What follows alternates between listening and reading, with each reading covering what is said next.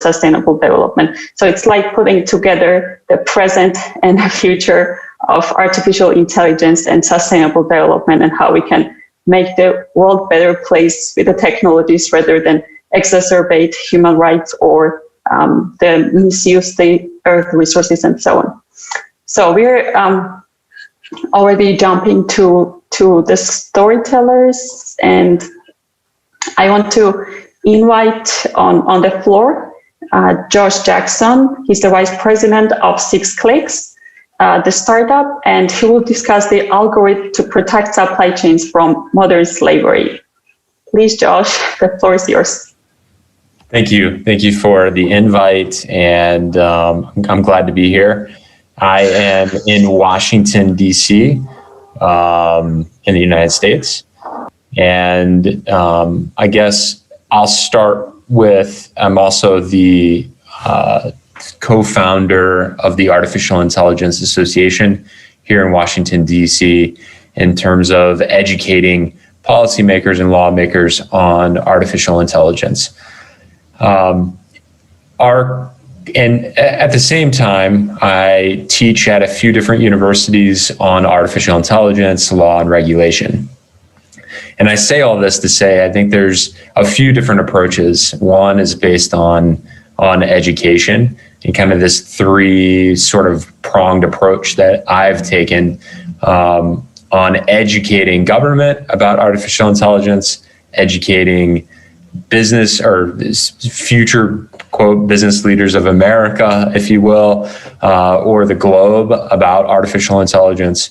And then third is sort of this practical understanding of how to use artificial intelligence. And from that, with 6 Clicks, we're based as well out of the European Union and the Asia Pac, as we sort of use artificial intelligence to look at supply chains, look at laws, look at compliance, and so forth. So that's kind of a brief overview of who I am and where I come from. One thing that I wanted to think about today, and the reason why I talk about education being the biggest, would be probably the biggest challenge that I have met is changing people's behavior, right? And if we can change our behavior, then we can change the culture. Now, from a modern slavery standpoint, it's really hard to conceive that people are interested in modern slavery. People are interested in sort of the oppression of other people for money, right? If we think about what the definitions are of modern slavery, it's trafficking of persons or human trafficking, or sort of these thoughts of the movement of people that in the state of servitude. And that is unconceivable from my standpoint. Now, since that does occur, then, and that seems to have an economic value to it, then laws need to be established to combat that. And how do we push forward on the laws to combat modern slavery? So from a practical sense, we developed basically a compliance tool that uses artificial intelligence to protect supply chains from modern slavery risk, and put in these assessments to link to regulations built into sort of this vendor management, right? So if you can show with evidence that your vendors, from a business aspect, or those that you're dealing and making money from are not complying with the modern slavery requirements, then we can sort of confront those individuals. So that is how, in a broad overview of how we've been looking at it in comparing laws, regulations, and establishing this chain of evidence and transparency within the supply chain. And you can kind of assess over the third parties across the supply chain. So that's the tool in general. Now, how long did it take to bring this to reality? Well, for us, we've been around for almost 2 years in developing the artificial intelligence to track laws and regulations and then get it into the market. As I said, it's really challenging because at the same time, we need to be educating lawmakers and businesses on modern slavery to change their interaction with it. And from that, we've seen in Australia the Modern Slavery Act of 2018. Now, what is significant is that they established this, but at the same time, if you look at the act, and I'll read the part of it, the act requires entities based or operating in Australia, which have an annual consolidated revenue of more than $100 million.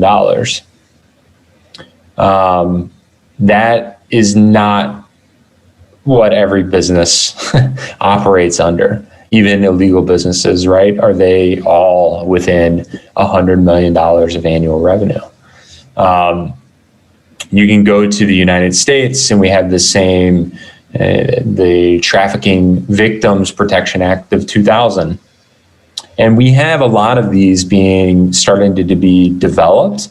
And I think there's just more that needs to be done in terms of looking at laws, developing the cost and benefit, as well as telling everyone's story that has gone through human trafficking. We've seen success in, say, the fight on drugs. We've seen success on the fight against tobacco use through taxation. And I think over time, as businesses start to think about what are the norms that we want to interact with, and can we use tools to show the benefit, then we can start making major changes within the modern slavery, so to speak. So those, I guess one of the biggest success stories, or sort of the best results, is that we're bringing to the front of businesses and saying, let's put in a policy, let's start interacting with the businesses and suppliers that you're interacting with, and make sure that they are compliant with these laws and regulations, so that they have in the front of the mind that they're keeping up with it.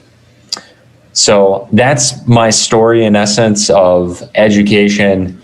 And I think the more we can start using these education tools and get out there and teach people about artificial intelligence, then we know that it's starting to transform how businesses do their work.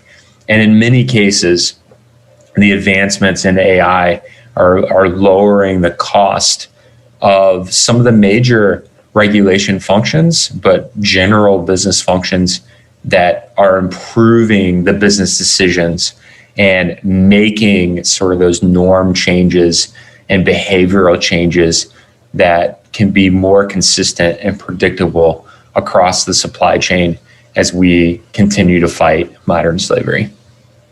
So with that, thank you very much for having me here, and look forward to connecting with some of you.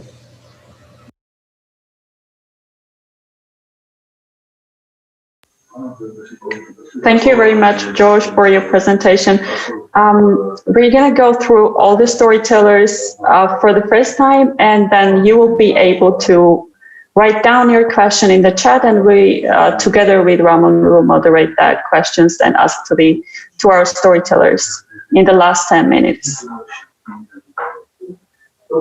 So now I'm inviting John Castro on the floor, who is a software engineer at First Factory, and he will discuss the project GMC Engine, which is the algorithm for searching for missing kids around the world. Please, John, the floor is yours.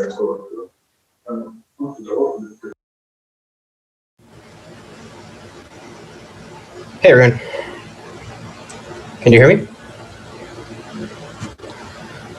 Perfect. Yeah, we can hear you. So just give me 1 second here. Can you see my screen? Yes. Yes, everything. Yeah, we can see. Cool. So it's a pleasure to be here with you. My name is John Castro. I'm a senior software engineer and technical lead in First Factory. That is a company based in New York. We basically do software development in an outsourcing way. And I'm the GMC engine development team lead, and I have been from the beginning of the project.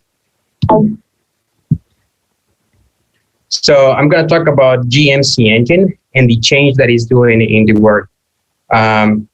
First of all, GMC engine is a project from the International Center for Missing and Exploited Children. And it's an inspiration from their CTO, Mike Acute.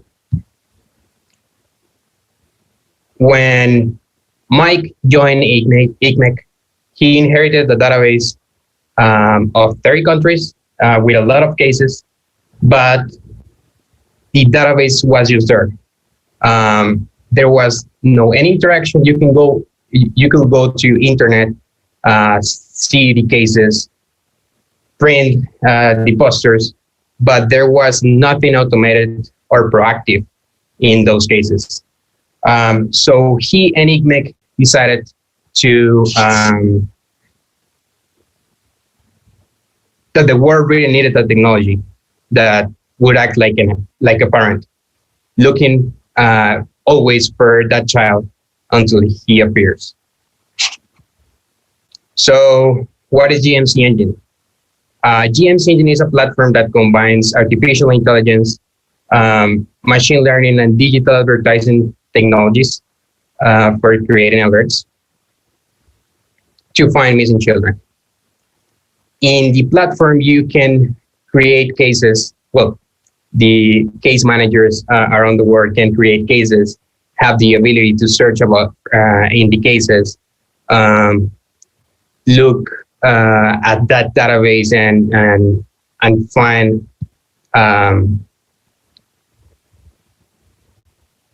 particulars and do restrictions, show all the cases, the closed cases.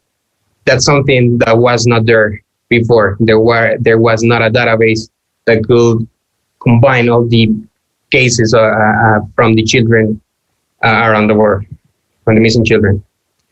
In the platform, you can create alerts that work similar to the Amber alerts, but works around the world. The platform uses geo-targeting and dynamic app insertions to get the alerts in front of the right communities at critical times. And actually, in this year, there have been more than 3,000 alerts that have been issued and have been displayed. Those alerts around 4 billion in around 4 billion of ads. Also, in the platform, you can use the machine learning and the artificial intelligence that basically scores millions of images from the dark web and the clear web. And it's going to match with the face of the child that is missing.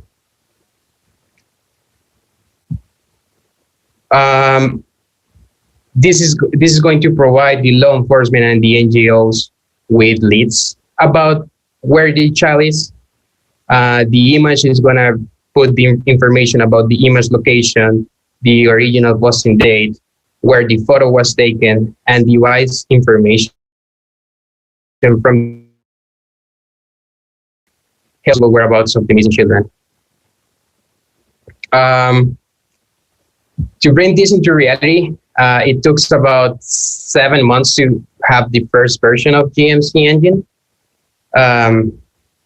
With the help of the first factory development team, took about 5 months to have a soft release in the annual GMCN conference in Córdoba, Spain, in November 2018. And then we could go in the production release with actual live cases from 30 countries in January 2019. We still continue improving our platform and the interactions with the platform. And this year we launched the mobile application for case managers for iOS and Android. This to make easier for case manager to have an engagement with their cases. How was possible? Basically, this project was possible thanks to the vision of the CTO of ICMEC, Mike Kachin, and the GMCN director, Caroline Homer. In addition to the technology partners like the Federation for Internet Alerts, Amazon Web Services, WebIQ, and of course the first factory team that includes JT Sanchez, Andres Mata, Esteban Valverde, Carolina de la Osa, and Jason Tiro.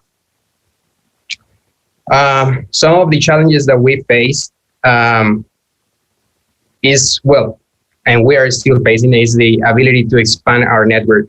We know from the 30 GMCN members that over 1 million of children goes missing a year. And there is 190 countries. So we need to expand our network to have a realistic idea of how many missing children are in the world. Another challenge is to have a clear UI and user experience, because we are working with processes that involve complex IT solutions.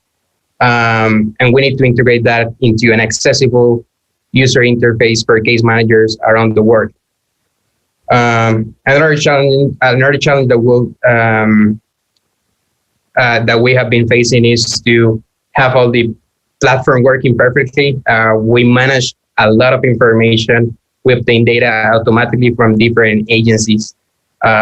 We do scrapping technologies to retrieve information from agencies where APIs are not available. And we process big sets of data, like, for example, thousands of images per minute. On the best results, on GMC Engine, we celebrate success through the recovery of children. And in our first year in production, 219 children were recovered. So far in 2020, there have been over 1,292 missing children recovered around the world. So I think we are making a difference. We are doing technology very good. We are doing technology for purpose. And that will be my presentation. Thank you.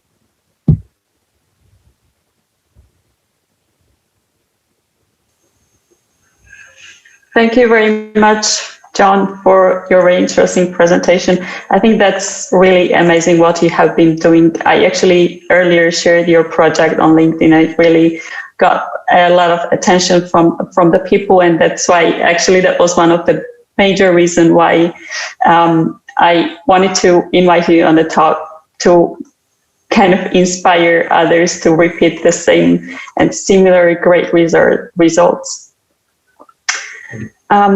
So just I ask the audience to keep your questions for him for the last 10 minutes of our Q&A session. And right now I'm inviting Lavina Ramkinston on our floor, who is the board director of Air AI and founding partner and advisor of Tutti AI.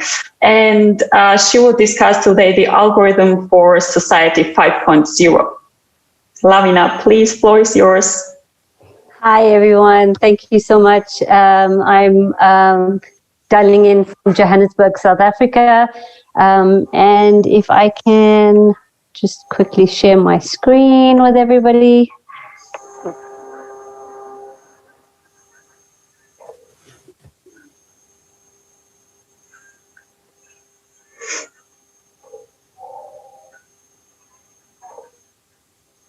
Can everyone see that? Yes. Perfect. I can see at least. Okay, awesome. So yeah, welcome to our story about RAI and who we are, and how it all began. I guess responsibility around AI and the application for us, especially within the developing countries, has been quite a thing. So I decided to look a little bit deeper into the exact meaning around it, and what that would mean for us, right? We all know that around responsible AI, it's always been us having to do the right thing for society values and upliftment. But we decided to, unpack it in terms of understanding responsible AI, then understanding the technology, understanding what the impact areas are, and how best can we merge all these different worlds together. So, when we talk about responsible AI, I think there's 4 key fundamentals, which is around fairness, reliability, explainability, predictiveness, as well as flexibility of it.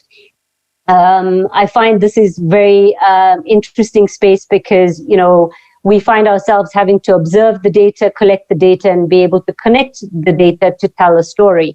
And for us, that becomes really imperative, as one of the key areas within the developing country has been around data sets and very segmented areas. And then how do we, overcome those challenges? So we looked at, different use cases of them. If we look at our landscape in totality around the world, we've been seeing a lot of news articles around inappropriate use of AI, around the globe, as recent as even within South Africa, where a president says that AI can literally be the solution to solve out corruption. So having all of these things at the back of our mind, what is the landscape that we actually sit with, and where do we actually see ourselves? So trying to analyze and understand where the influences are coming from, we find that the Americas obviously use and are influenced by the large tech giants. We have Europe, who uses very much the individualistic approach.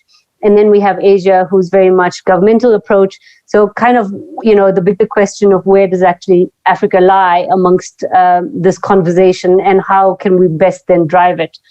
Then we had a look at some of our barriers. Those barriers would include things like, obviously governmental laws and issues around openness in terms of public data, legacy old legal systems, technology not actually being able to be up on par to the rest of the world, as well as human resources in terms of skills, as well as impact into society, when we're already fundamentally sitting with issues that the developed worlds have already solved to some extent. For us, the biggest one around it has been the acceptance of technology within this. This is how our smart municipality project came about. This is something that we have done in partnership with the foundation. And, this is something we decided to look at from a bottom-up approach in terms of creating a digital citizen for just a small municipality region of Gauteng, which sits within Johannesburg. And, what would that mean? And for us, it largely meant a relationship between our partners, governmental buy-in, as well as citizens. And those were the 3 kind of fundamental pillars that we worked around. How and why did we decide to do this? Everyone is gearing up very much into this digital world, and you being your own owner of your assets, right, as a citizen. So, how can we on small levels start churning away or biting at this larger pie. And I guess for us, it was around sustainable cities, international partnerships that actually drive the similar goals, trying to reduce some inequalities, and how we could actually then, use responsible consumption of a municipality facilities and infrastructures that's already in place. So for us, it's been literally taking this large picture of us as a citizen and trying to unpack where would we like to see things ease off, right? Whether it's from a healthcare perspective or buying something to, changing your home. But it was largely underwritten or had to be, governed by governmental departments or municipalities. And for us, within the African continent, that sometimes poses one of the largest problems for us. However, we have managed to do that by trying to segment it across the different municipalities and taking them, one stream at a time. And we tend to do this with a bit of backing through hackathons, making it a bit more exciting in the space, trying to gain more, interest from industries in terms of wanting to come on board. And in terms of our ecosystem, we've managed to create, some kind of form and, support in all these different areas that we want to tackle. And it's been quite large at, with a very small project just zoned in Gauteng. But I think for us, it's been very much a learning curve. And, we're going through a process at the moment of trying to build it up within Gauteng before we try to nationalize this. I think, having a good supportive ecosystem has been absolutely fundamental. It makes buy-in in terms of whether it's government or citizens or, public sector, private sector, much easier. And I think, through the Empire Partner Foundation, they've been quite fundamental and key in terms of helping bridge all of these partnerships together. So thank you very much. Thanks for taking the time. And I look forward to hearing from everyone later. Thank you very much, Lavina. That was very amazing overview of the current situation, actually, of technical developments across continents. So thank you very much for presenting it to our audience. And please, once again, reminding you, keeping your questions for our last 10 minutes Q&A session. And right now we are moving with Ben Watkinson. He's the CEO and director of Metrica. And the project he will discuss today is the MERON method for extremely rapid observation of nutritional status. That is the algorithm that detects malnutrition in children using facial recognition. So basically, that's one of the best uses of facial recognition systems I have ever heard personally. So Ben will tell us more. Please, Ben, the floor is yours. Well, thank you very much. I'm going to share a presentation with you. I'm calling in from a rather snowy New York, and I hope that the internet connection holds up, but let's see. Hang on.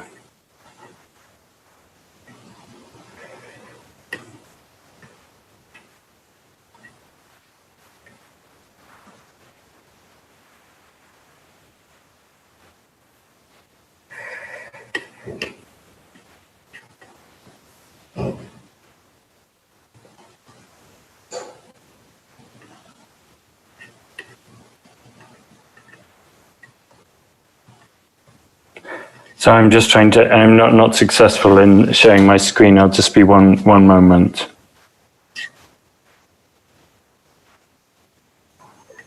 No worries, that's fine, I guess. 1 minute, we can wait. I think I may be.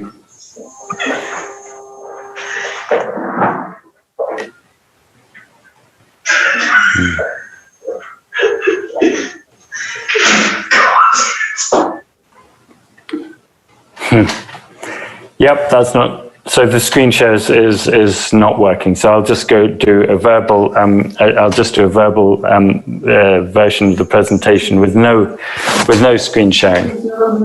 That's fine. I'm sure that will be still interesting. So just to give some context and to link this into the Sustainable Development Goals. In 2017, nearly 51 million under 5 children were wasted, of whom 16 million were severely wasted, according to WHO. Malnutrition rates are key as sustainable development indicator. Now, timely data on severe malnutrition is most needed in the areas of the world where it's typically hardest to find, and especially in fluid conflict situations. So where we most want to know it, the data is often the weakest. There are two standard methods which are generally considered acceptable for measuring acute malnutrition or wasting. One is the weight for height, Z-score, and the other is a tape measure around the upper arm, which is called middle upper arm circumference, or MUAC. There's a real need for protocols and methods for rapidly collecting data to detect malnutrition, especially in conflict areas. We need methods that can minimize measurement areas, especially in contexts where there are few trained clinical staff, and therefore the traditional methods are quite complicated to use or difficult to use and generate a lot of errors. For example, MUAC, just wrapping a tape measure against a child's arm and registering the data creates a huge number of errors, typically, especially in unsupervised settings. We need methods that are deployable to remote areas with minimal equipment. They have to be verifiable. There's a huge tendency for political manipulation of data, especially in conflict situations. And malnutrition rates, data on malnutrition rates are typically very politically sensitive. And above all, we need methods that are child safe, that are non-invasive and pose the minimum risk to children, especially when you can't fully monitor what's going on. So how was Meron born? So my company, Chemetrica, works on food security monitoring. It looks like it's finally worked. Well, I share the screen. Okay, so that's great. Okay, so we can go down. Yeah. Okay. Up like one. Here? Up one. Okay. Yeah. So Chemetrica works on food security monitoring and early warning, often in conflict areas. And we had a real problem getting hold of reliable data, and we needed a method that was going to work in contexts where we didn't have very highly trained clinical staff. So I was on a call brainstorming with some colleagues about the possibility of taking photographs of children's upper arm and using AI to assess whether the child was malnourished. But I had concerns about the removing the children's clothing. It's still an invasive method. Now, as I was having this conversation, I was in an Uber with my then 14-year-old daughter, and she was listening to my conversation, as 14-year-old daughters tend to, and said, "Well, you can tell somebody's weight just by looking at their face. Why don't you just take a facial snap?" So the next day I spoke to one of my colleagues, and we started looking for data with photographs and body mass index to see whether it was indeed possible. So next slide. If we go to the next slide. So how long did it take? Well, we started looking at, for proof of concept, we started looking at adult body mass index and how far that could be detected from facial photography. And the first steps took about 6 months for a working proof of concept, but a working model that essentially allowed you to upload a photo and return is that person overweight, obese, normal, underweight, severely malnourished. And then the next step was heavy. It took a year before we could start to get data together for training and applying the method to under 5 children. And once we got the funding, another 6 months to develop the servers, to rerun models, to develop the architecture for data capture and processing, especially for asynchronous data capture. And then the next and the final stage was to get a huge data set in order to train the model and ensure that it was accurate enough to be reliable. And that has taken so far forever. So one of the big challenges with AI is not the modeling per se, but it's access to data, and especially when the data has to be collected. It's really easy to get funding for the glamorous thing, which is, for the pure R&D for building the model. But it's not so easy to get funding for the more boring stuff, the hard work of collecting training sets so that you can improve the accuracy of the model. So next. Who was involved? So UNICEF provided an innovation grant for the tech stack development and for retraining the method using children. And UNICEF Kenya, we worked with, they have a really superb field teams, and we worked with their field teams to collect data in Kenya, which matched facial photography to weight and height data on children and other characteristics such as age and gender. And we also got a huge amount of support from Nancy Mock, who's a nutritional epidemiologist working at Tulane University, and was has always been part of this conversation. And we had a bunch of people on our team from both from Kenya. We had a large Kenya team, and also a couple of analysts in the US. So on to the next one. So basically, just a quick summary of the process. Facial photography, a facial photo is snapped of the child. Then a small app tests whether it's okay. It's like a passport, one of those passport photo apps. Check whether the kid is looking straight into the camera, etc., etc. The data is then stored in an ODK form and asynchronously uploaded to a server. And then we run a model which processes the image, runs the learning model, and then classifies the image into moderate acute malnutrition, normal or severe malnutrition, and also returns a score. So basically a malnutrition score. Then the image features are saved, but itself is permanently deleted to protect the child. So that's basically how it works. To the next slide.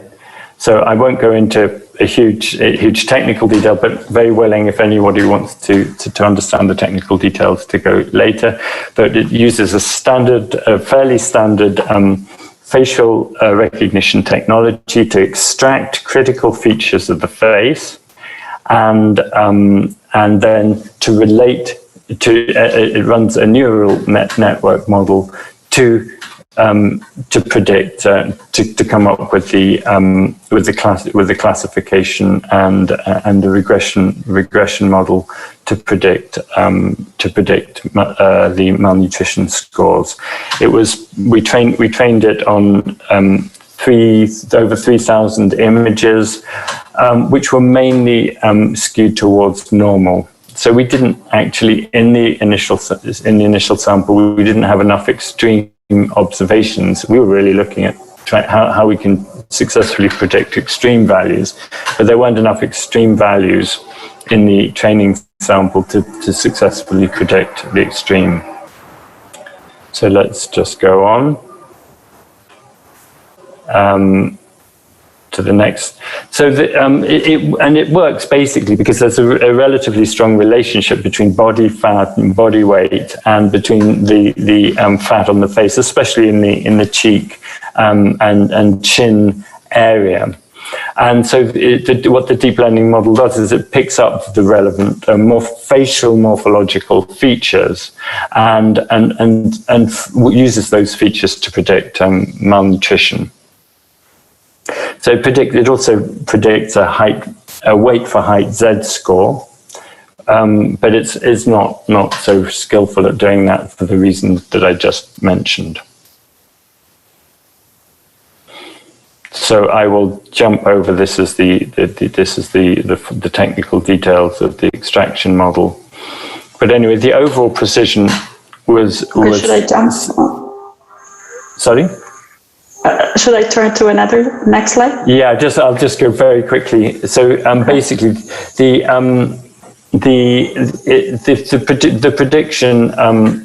prediction for moderate acute malnutrition is for the classification is relatively high. The precision is 0.78. However, for the it's good at predicting normal, but it's not so good at predicting extreme values, and especially it's not so good at predicting the severe acute malnutrition, because there weren't so many severe cases in the sample. And that's why to improve the model accuracy, we need a much bigger sample. So we can move on, I think. We can jump this one. So this is the regression model. You can see there's a high level of distribution. There's a lot of noise predicted, and the observed values here. So we can move on. So what were the successes? Well, in terms of predictive accuracy, the method is more successful in predicting weight for height than middle upper arm circumference in field conditions. So that is with all the errors that are associated with middle upper arm circumference measurement in field conditions. It's certainly less stressful and intrusive for children, and we tested how children and how mothers reacted to this new approach. It's a moderate improvement over MOAC then in detecting the moderate and severe acute malnutrition, and it's strongly preferred by mothers who, to the conventional anthropometry, either weighing children in weighing bags or measuring the middle up. I guess because it's less invasive. So what were the challenge? Well, the challenges of, if anybody's ever tried to take the perfect photo of their kid, wriggling babies is a massive challenge for facial photography.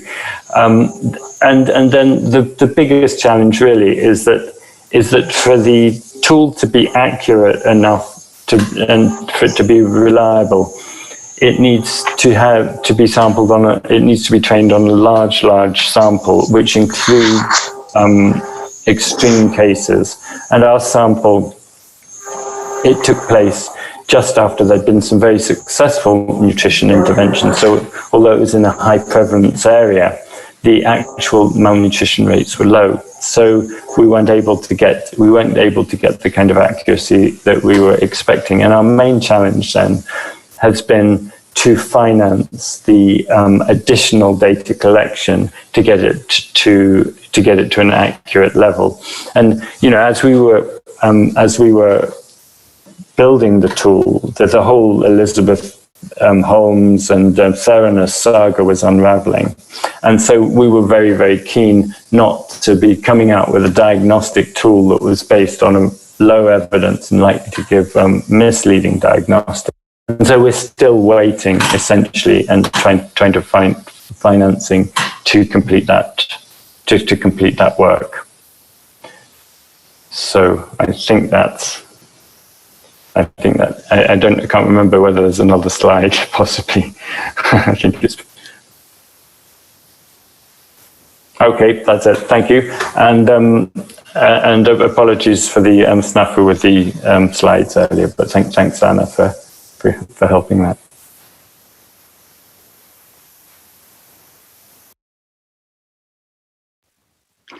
Anna, you are muted.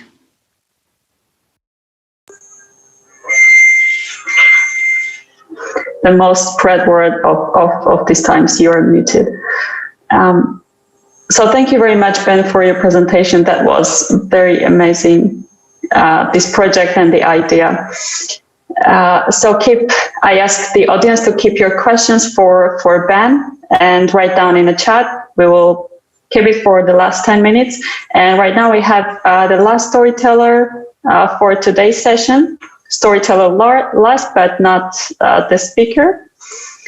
And this is Revas Barbakadze. He's assistant mayor to City Hall Rustavi Municipality in Georgia country. And he will discuss chatbot for public services today. Please, Revas, floor is yours. Thank you very much, Anna. Thank you for such an interesting event. And also I want to say thanks to previous storytellers. It was really interesting, not because of the new tools or new technologies what they are using, but as Josh says, all of us, we are trying to change behavior of citizens and people. Guys, you are really doing a great job. Now I want to tell you how we are trying to change something in our city. I will share the presentation right now.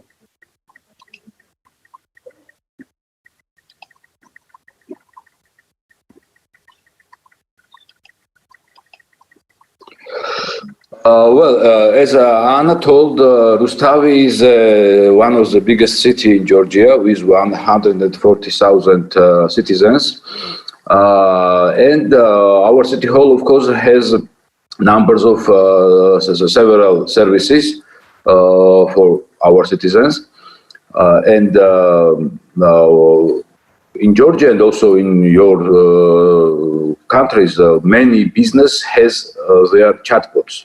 In Georgia, many banks and insurance companies and online traders has this kind of tool, which is help them to make a communication with people.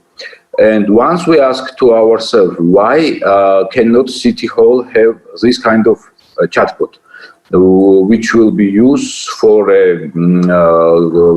giving information for citizens about all the services what City Hall is giving to people. We asked about it to our mayor, what is he thinking about it, and he told that it's a really good idea. Then we discussed this with UNDP Georgia, who was also interested, and they gave us some funding for creating this chatbot, and we started to work on it. It was really very hard work because, as I told, many businesses has this kind of bot. But I don't know, not only in Georgia, but also in post-Soviet area, if someone is using or created this kind of instrument. That's why this was one of the biggest challenge in our work, because we didn't know where to find experience for the experience to creating this kind of product. It takes approximately 6 months to make all this bot. The guys from City Hall was creating the tree of questions and answers. what was put in this bot, and organization Pulsar AI, they made the technical work. What is the C-bot? This is instant feedback. This is 100 accurate information, minimum human resources. It's very flexible and easily accessible. This is how people can find this. It is integrated on Facebook Messenger, and everyone who is interested and want to use this can find it very easily as by the searching. What can C-bot? What C-bot can? C-bot can give information about all services what Rustavi municipality is giving to citizens. It's about architectural services, supervision, municipal property issues, social programs, public information, and also military registration and commissariat in Georgia is also one of service of local government, and we also have this kind of answers on this bot. When I told that banks and other commercial organization has this kind of chatbots, they are more simple than our, because bank, of course, they have numbers of services, but not so much at a city hall. Finally, when we finished to make these trees of answers and questions and answers, it appears that approximately 1,000 question was included in our bot. You can see the first page of our bot, and this is the windows of questions and answers. It is only on Georgian because most population in Rustavi is Georgians, and everyone can speak on our nation language. There was idea to make some other language, for example, Russian or maybe Azerian for this bot, but it is really a huge work, and to make a new language for this bot, it means that to create a new program. That's why we made only Georgian chatbot. And I think that the biggest success was that when we started to work on this bot, the pandemic of COVID-19 soon starts, and this bot helps to many people and also to businessmen to get information about the services what they can get from local government. And you can see the screen photo of one international program. It's AU for Business, what is working in Georgia, sorry. And it is their blog, where they wrote about our blog as one of the good tools to support a business in COVID-19 pandemic situation. I think it is really a good and success story for our product. And in the future, we are going to develop this product and also to make this kind of bot to other municipalities too. This is a logo of our bot, as you see.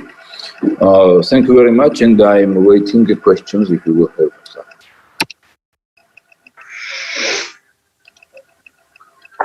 Okay.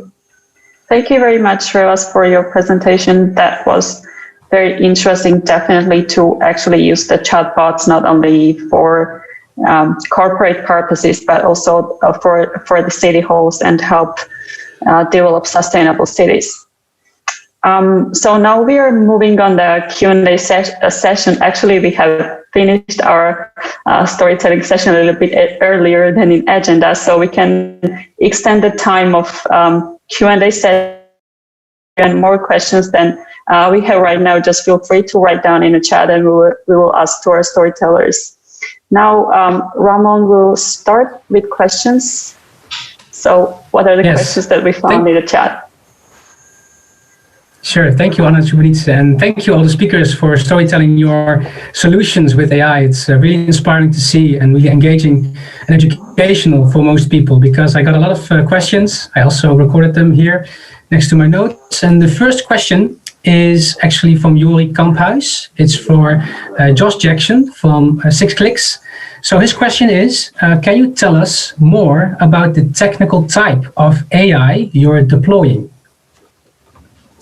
Yeah, so we worked a lot with Deep Blue AI, if anyone's familiar with that, in their team, and then added technical people as well.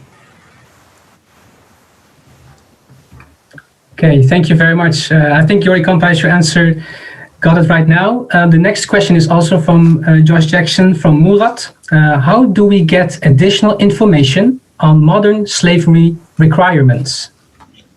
And I'll add, because Yuri and I had a side conversation as well, so I'll add that to the mix here too.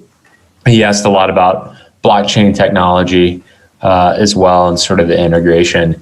And I've worked on a few blockchain projects, and I will add as well, just so everyone knows, I am not a technical person. I'm very much on the legal and law and regulatory side. But with my legal policy piece, we've worked with people in the public safety sector, with people from Motorola, IBM, to put together some different protocols for governments within the US to implement some of the blockchain technology and the AI to track, how do you keep people safe, and so forth. So that's the follow-up. The next question about where to find certain things, one interesting aspect behind the technology that we have implemented is to ingest as much laws, regulations, and standards that we can within our platform.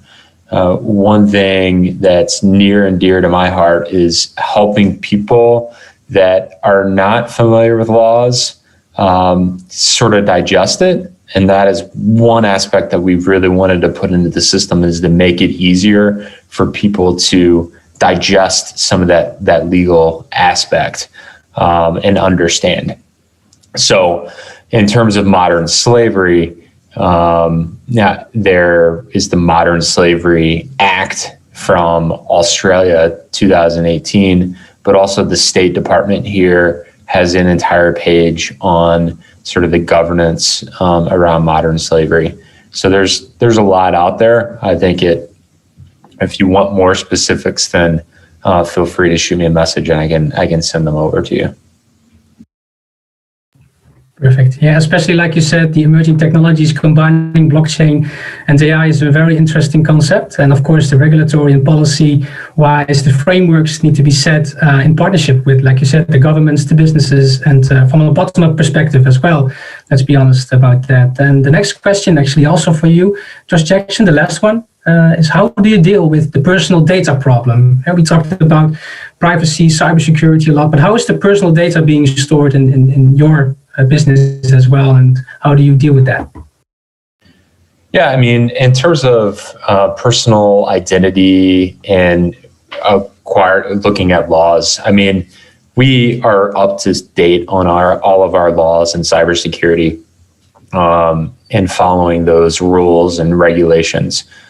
So from that aspect, we're cognizant of sort of the data pieces that people are concerned around.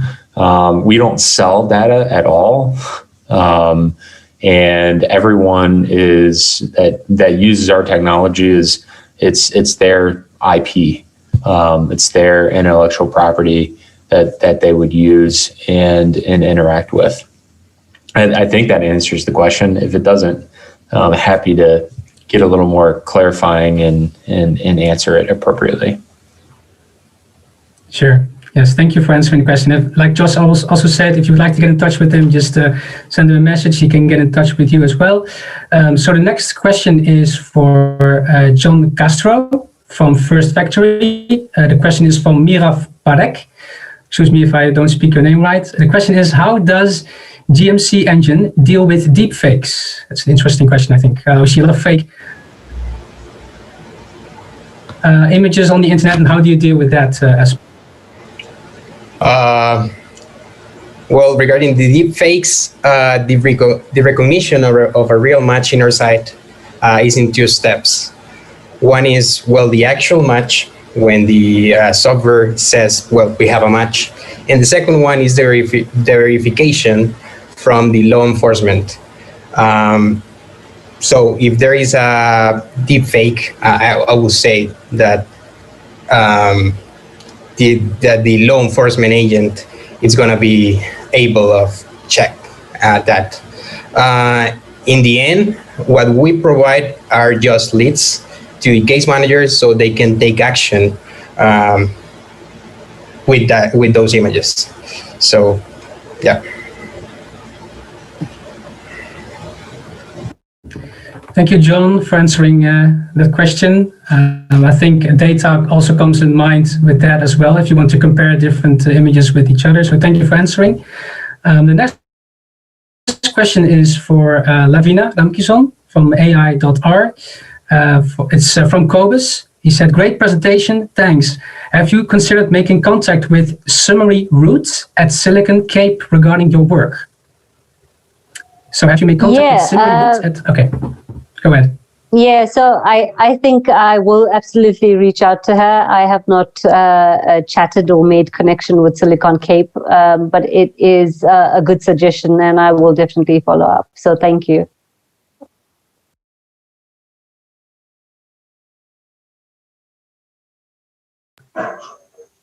Thanks. Great. And there is another question for Lavina from Hatuna. Sure, so yeah, she's sharing that that's a very interesting observation on welcoming ecosystem and uptake by municipalities. So she's asking what made the ecosystem enabling and what motivated municipalities to engage. Okay, that's pretty interesting question. So I think, from an enabling perspective, it has been, they've been sitting with a lot of data and not sure what this data capability is. So that was the first sort of enabler. Understanding also what power that would then come with, that amount of data was something that they needed to understand. And I guess that interoperability of data and having a lot of external or international people coming on to say, we can do this and we can do that. They almost were in the position now to say, we need to take a pause and relook because it's our citizens' data, right? So I think that was one of the key drivers for them. From a motivational perspective, I guess it's been very much around an AI strategy for the continent as well as for the country. That's something that is an ongoing process, and we're trying to build an AI strategy, as well as the president has, initiated a 4IR initiative within the African continent, and that is also something, in aim for it.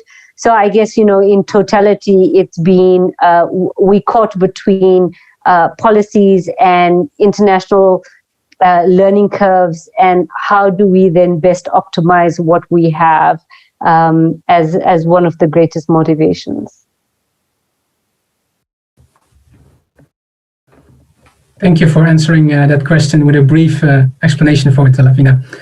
So the next question is for Benjamin Watkins from Chemetrica. The question is from Simon Dennis, and he says, you said that it uses traditional facial recognition feature extraction, and then it uses a structural data mining approach using neural nets and regression principally. Computer vision is moving away from this to deep neural learning. Is that on your roadmap? So in other words, are you using a feature of deep neural learning? So kind of like a technical question, but I'm curious about your. Yeah, I'm probably not the best person to answer. I'm gonna plead the Josh defense on this one. So yes, I mean, I think at this point the primary issue is not is not so much the feature extraction. There's we've had there are major issues with dimensionality reduction. I think yes, open to any sort of upgrading of the specific algorithms used. We've been sort of informally experimenting with a bunch of different techniques and haven't managed to get any improvement in the results. And so I think at this point we just really need more data. Thank you for answering that, Benjamin. Data is the essential point, of course, in having AI monitoring the right way. Another question is from Jori Kamphuis. What do you need besides funding and photos in order to improve the AI? Well, so it's not just funding and photos. When, we haven't yet really so far discussed the issue of AI fairness, but we also need diversity. We trained the data set in one particular. We've trained a model on one particular data set in one particular country, which was Kenya. We don't know how it would work in other contexts, and we know that there is a risk when you then deploy AI technology that the inherent bias, either biases in how the technology is used or in the original training set, then lead to a broader problem of bias in the results that it gives. So I would think that the big additional problem is to be able to train it in multiple different geographies, and to ensure that any chance of there being any bias is limited.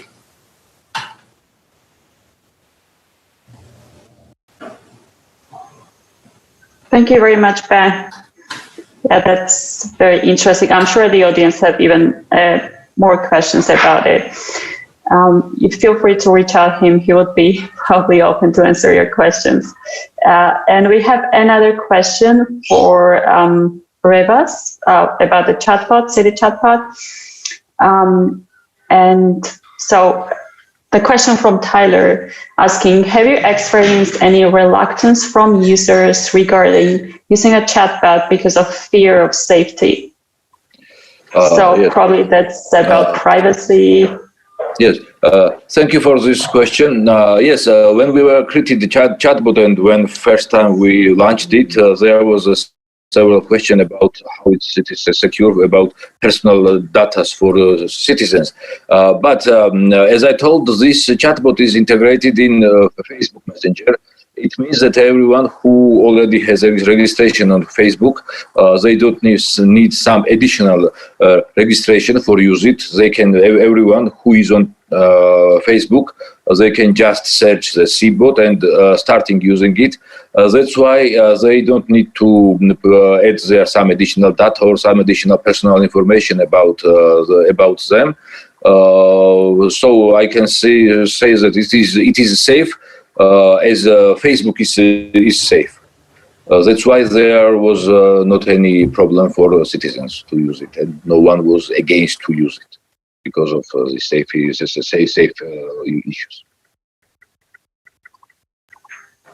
Thank you very much. That's actually correct. And we have another question that doesn't address specifically to anyone, but that's more of a general question. So if anyone wants to express their opinion, please feel free to do so.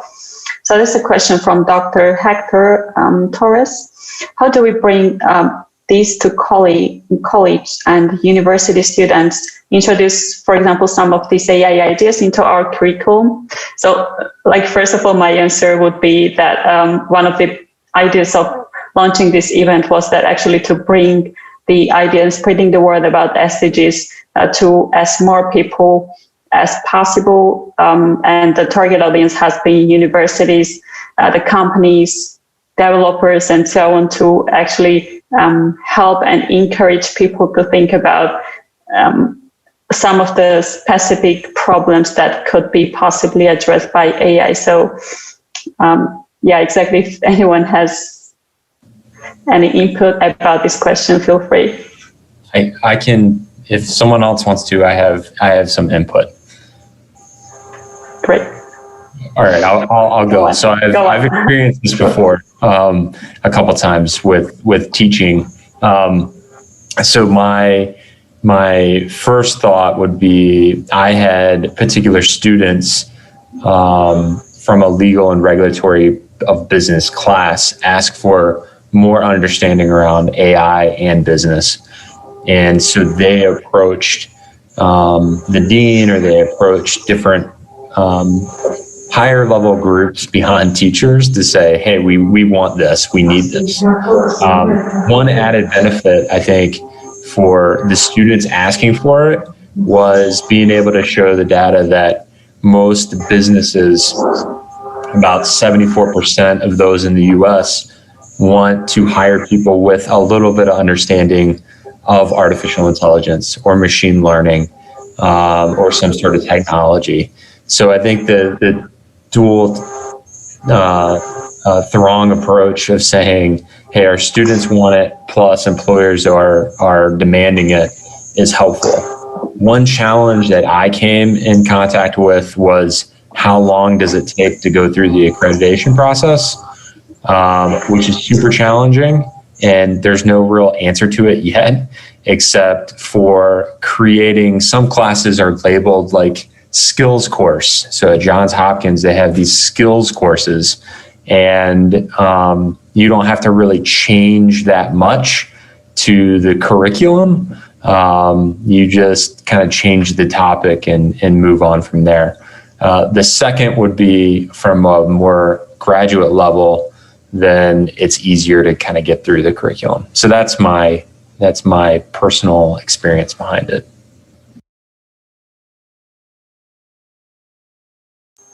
Okay, thank you very much, Josh. And actually, we will continue this kind of discussion and how to encourage more this dialogue in the next session, in a panel discussion. So just make sure to join that one after the break as well.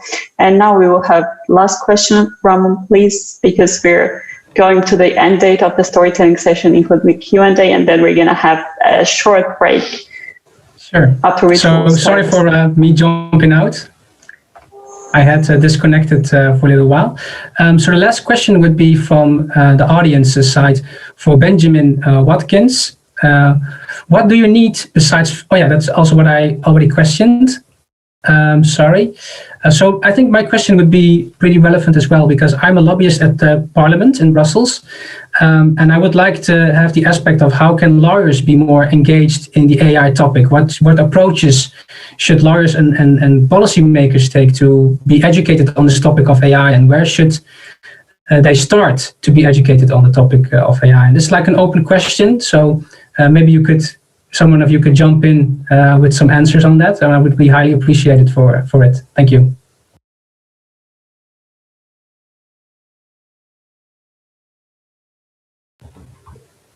So, someone has a answer? Yeah, I think, Rezo, I think it would be interesting to hear from you, because you're the city mayor and probably have the experience with some bureaucrats or people who are engaged in policy making in Parliament.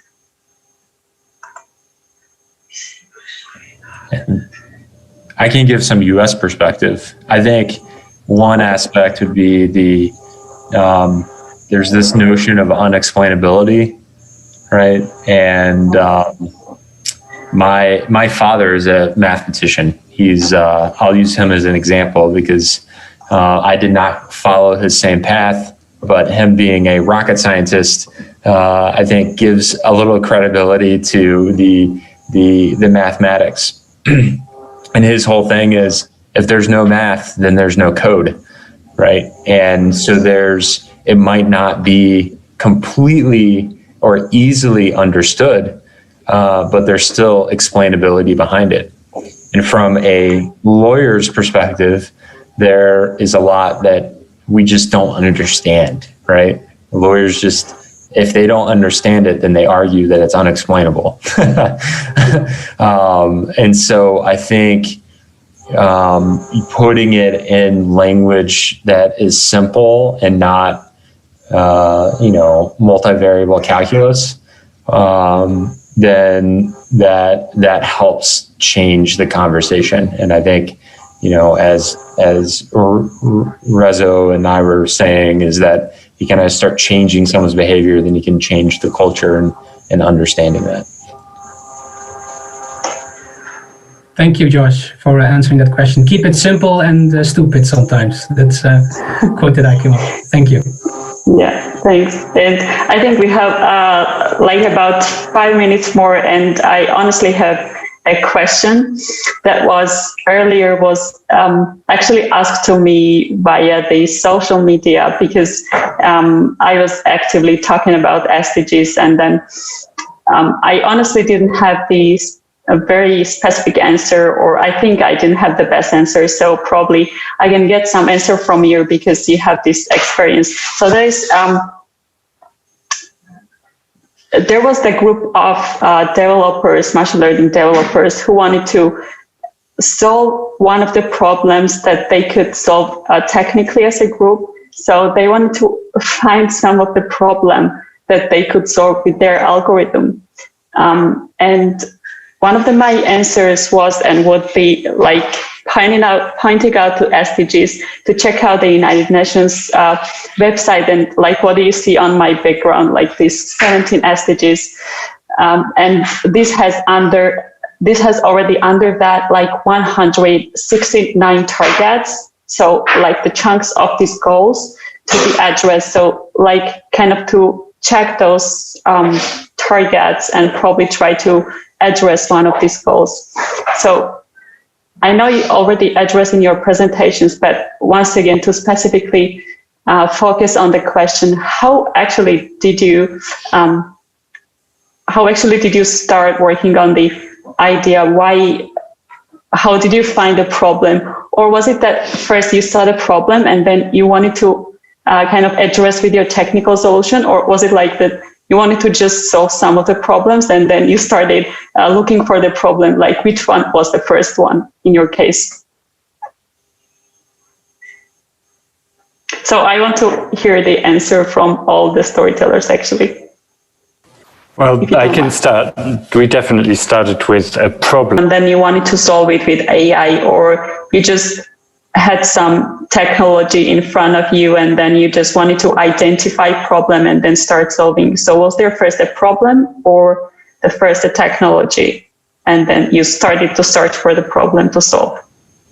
Yeah, so it was definitely it was the problem, right? And I want to interject too that I think that using AI is not always the right solution, right? So having a problem and then identifying whether or not it's best to use AI or do you use some other process. So that is how I've definitely approached everything, is to say, if we understand that if we have a problem, do we want to use AI based on our understanding? And if it's the appropriate tool to be used, because it's not always the appropriate tool to use. Okay, clear. Thanks. May I now? Yeah. We just wanted to make a life of our citizens more easy. This was our main inspiration. And also it was really very interesting how we can use the AI in service development and in service delivery.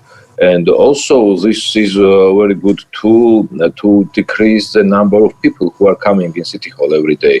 It is good for that people because they don't need to come in our building for every questions, and also it is very good for our to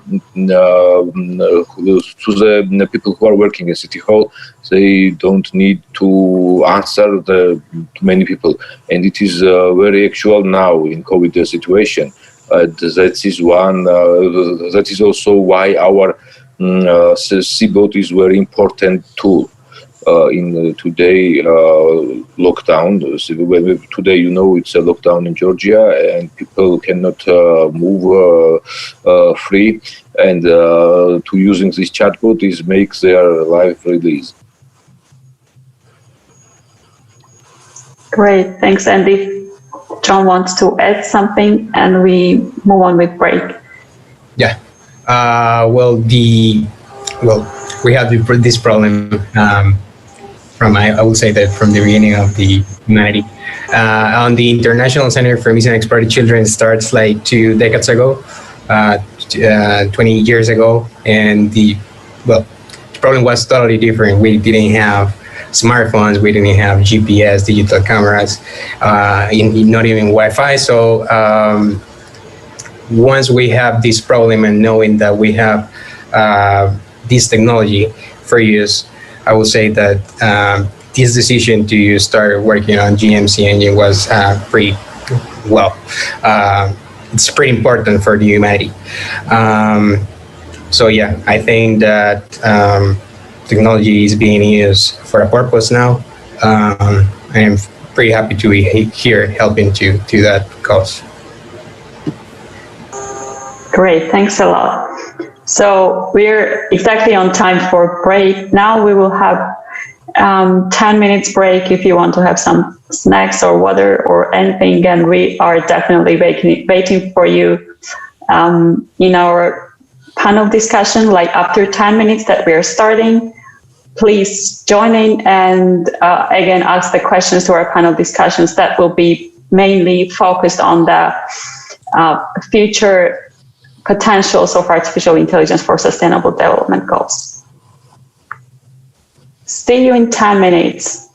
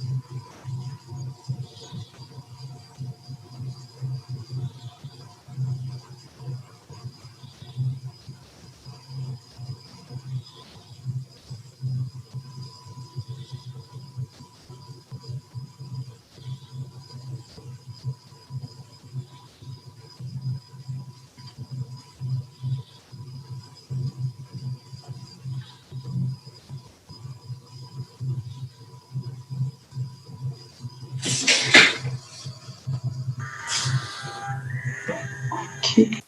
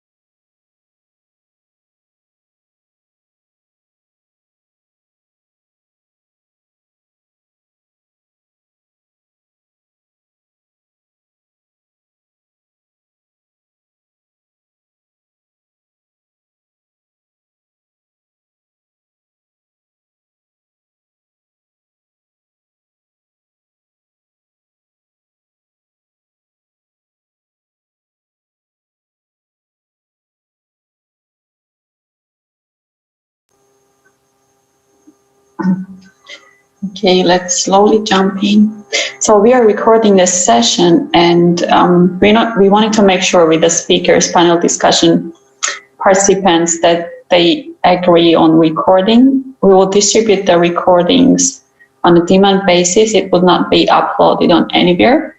So if any of the panel discussion participant has something against the recording, please let us know and we'll stop it.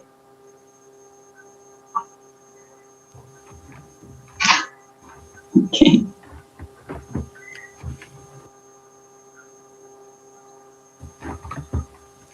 Perfect. So then I think we should start.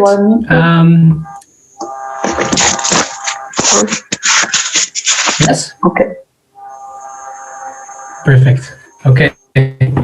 Hello, everybody. Welcome. If you haven't just joined yet or just joined now, we are ready and lined up to talk about their experience with AI and Sustainable Development Goals combined. And let me allow the introduction of the speakers. I would like to ask the speakers if they could wave if I mention their name, so we all know who we mean and we talk to. So first of all, I would like to introduce our first speaker, Elina Vitoni. Can you wave to the camera as well? Perfect.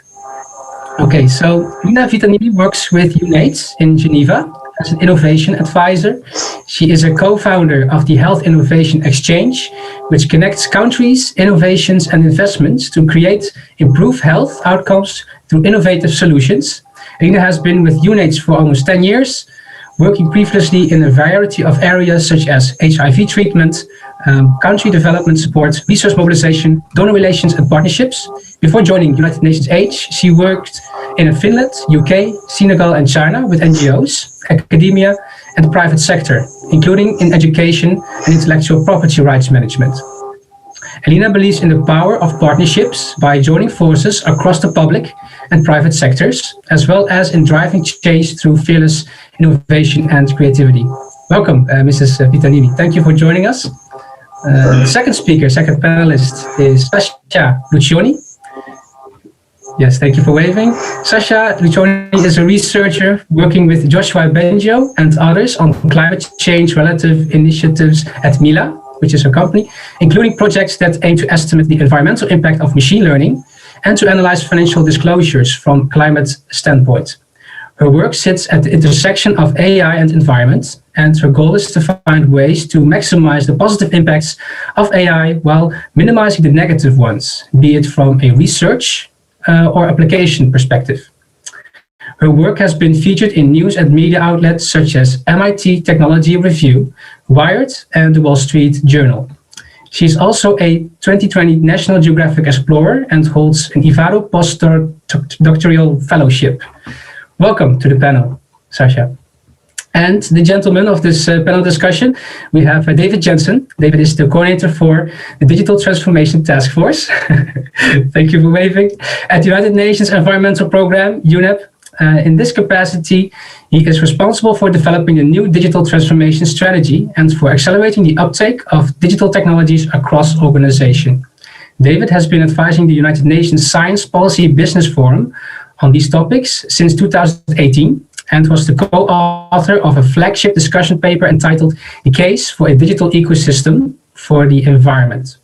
Within the digital space, David has co-founded numerous platforms, including MapX, Earth School, the United Nations Biodiversity Lab, and the Environmental Peacebuilding Platform. Welcome, David Jensen. Thank you for joining. Our fourth speaker is Richard Foster Fletcher. Richard is an artificial intelligence advisor and speaker. He is the founder of Neuropath.ai, a human-centric AI advisory practice, chair of MKAI, and host of the Boundless podcast. A graduate of the MIT AI Strategy course and a widely published author on the future of AI. Richard speaks about AI innovation, ethics, and the future of work for leading institutions, including Henley Business School, UCL, LSE, and Cranfield University. Richard has collaborated with the United Nations Environmental Programme to support their AI and digital transformation journey via his podcast. And I can really recommend listening to a podcast, the Boundless podcast. So thank you for joining, Richard. And our last speaker, Alberto Medina, is the innovation expert for international development at United Nations Industrial Development Organization. He is a graduate from University of Vienna, Master of Arts, International Global Studies. Alberto has a bachelor degree in International Relations from the National Autonomous University of Mexico and is currently the program coordinator from R.A, United Nations Regional Academy from the United Nations to train young and emerging young generations of scholars in issues of importance to the United Nations. So these are our five speakers of today, and I'm really grateful to having them on board. I think we're going to have a very interesting dialogue about AI and AI technologies. So Anna, would you like to jump in your general view? Yeah, thank you very much for introducing all the speakers, and thank you speakers, all the panelists to be here today. I'm sure that will be a very interesting discussion today. So I just wanted to introduce a couple of other things about sustainable development goals. I just mentioned a couple of them, but we'll explain further. So the targets that are under 17 sustainable development goals, that are 169 targets, and the last research from different institutions showed the reveal that 134 target can be actually influenced by artificial intelligence in a very efficient way, while there might be some chances for 59 targets to be inhibited in this or that way. So the research is very few in this realm, and there is a huge gap. So it has just started.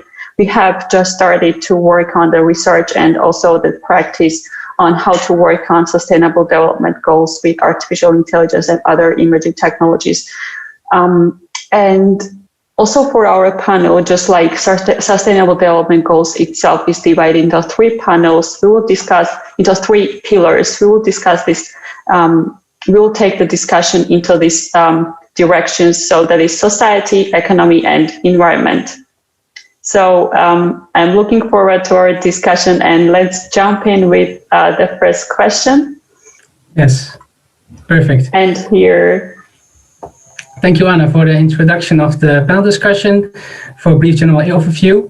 So currently we are in a global pandemic crisis, and the first question is about the finance gap of $2.5 trillion regarding the Sustainable Development Goals. Of course, there's also opportunities in regards to raising awareness about the SDGs, efficient policy making to transform digitally, long-term investment by corporations, and of course, more innovations. And my question for the panel is, what are the most urgent problems from the 17 Sustainable Development Goals that need to be solved, and if AI can solve them? So I would really love to get the panel on that question. And maybe the first question could be starting from Elina Vitoni, and then we can, of course, open to the discussion. Thank you so much, Ramon and Anna, and hello to everyone. It's a real pleasure to be part of this conversation tonight. Maybe before I even get started, I just want to start with a disclaimer. I'm seeing so many people in the room who are truly experts on AI and really understand AI through and through technically. And I just want to say that I am not at all an AI expert. I really look at my approach to this work is from a perspective of really global policy and connecting and building partnerships and working through the UN towards the SDGs, with AI and digital technologies being kind of one of those tools in the mix. So if I say something completely silly about AI as a technology, please do forgive me. But with that being said, to your question, Ramon, I think I worked with UNAIDS, and UNAIDS is the UN program on HIV, and I'm one of the co-founders of the Health Innovation Exchange. And so our primary focus is health. And what we do is we work with countries and we kind of analyze the needs of countries and look at what are the burning needs around healthcare and what are the potential opportunities where innovations and new technologies could bring solutions that help countries kind of gear towards reaching the SDG 3 goals. And SDG 3 is the health SDG in this mix. So I wouldn't be able to sort of isolate AI as a specific thing. I don't think that there's a direct answer to your question in, can AI solve these issues? I think we need to take a few steps back and see, what can it be maybe a component? Can it be one of the tools in the mix that can help us get to better health and better well-being for people? And in that mix, I think it does have a role to play. And it's been interesting now with the COVID crisis. Of course, health is in the forefront more than it really ever has been. So at the same time, while it's an enormous challenge, I think it's also an opportunity for us working on health to really raise the awareness of the potential of technologies such as AI and digital health and what kind of solutions it can bring. I mean, we are really seeing that when we have AI-powered and other types of digital health, how it can really transform like frontline health workers, for example. A mobile phone in their hand can become an incredible tool. We've seen through the work that we do in sourcing innovations and connecting them in countries, and how some of them have really pivoted in the past few months very quickly to provide solutions that are AI-based solutions to countries. Just for example, in diagnostics, we're working with some innovators who are working on COVID detection from cough and from sound. So you can cough either directly to a microphone, or you can even over the phone line, you can cough and, that can be analyzed, or otherwise image-based diagnostics from x-rays on COVID and other lung-based illnesses. So these are technologies that have an enormous potential to have an impact on health, but they will not do it alone. I mean, this is where we really need to see what do we need to provide as the global community to get it there, to make sure that it has an impact. And it's not enough to have the best technology in the world. You have to have partnerships that will enable those technologies to be scaled. And you need to have governments who are open to taking on those technologies. And we are noticing that more and more there is a lot of openness, especially with the urgency of today, for governments to take those technologies on board. But there are a lot of issues around it. We have to talk about the governance, who manages the data. I know we'll come probably to this later, and there's a lot more to be said about the privacy and the data and the rights issues around this. We need to look at finance, carry that whole ground. And sometimes we have to, for example, when we talk about creating impact on health through digital health and AI, sometimes we have to take quite a few steps back and looking at issues that will get us there, and countries race. For example, with us often energy access is as one of the issues. And this is where we really come to a cross-sectoral work, and we have to look at the SDGs as a whole. And us working on SDG 3, we cannot ignore the rest of it, because to get that wonderful AI solution to work for that frontline health worker to help to diagnose someone with COVID, we have had to ensure that we probably have solar powers in place so that they could charge their mobile phone and they could have access to energy. Similarly, we have to look at connectivity. We have to have the satellites in the sky that provide us the right connectivity to allow the data then to be transferred. So it really is truly it needs to be a partnership across the private sector, the government, and the communities, who really need to be also at the center of it. So we always look at it from people first, looking at who are we designing these solutions to? I will try to stop there because I know that there's a lot more people who want to pitch in and a lot more to be said, but that's my quick answer to your question. So yes, no. Thank you for answering that question, Elina. I think the partnership and especially SDG 17 comes into place very handy if you want to partner up with other organizations as well. Sasha, what is your approach on this question? I'm curious on your thoughts. Yeah, I think I have a bit of a complementary profile to Alina's. So I do come from more of a research background in artificial intelligence. And as such, I think that it's important to see AI as a tool, as a transversal tool. And so I don't like telling people, focus on this, or because that's a very almost personal decision, because it depends on where you're at. And that's actually the kind of the crux of the issue for me, is depending on your environment, depending on your organization, depending even sometimes on your geographical location, AI can be a kind of a Swiss knife in many cases. And so I think that if people do want to get involved in AI and at the service of the SDGs, it's important for them to look out inside at what interests them and to look around them to see what can be useful in their environment. And so for me, for example, that was obviously the environment and actually education as well. I worked on it a lot, but I think that there's so many different ways to approach this question, that establishing partnerships and looking as well at the work that has already been done, because AI is kind of such a buzzword right now, but people have been working on these technologies for decades. There's so much work being done that doesn't necessarily have the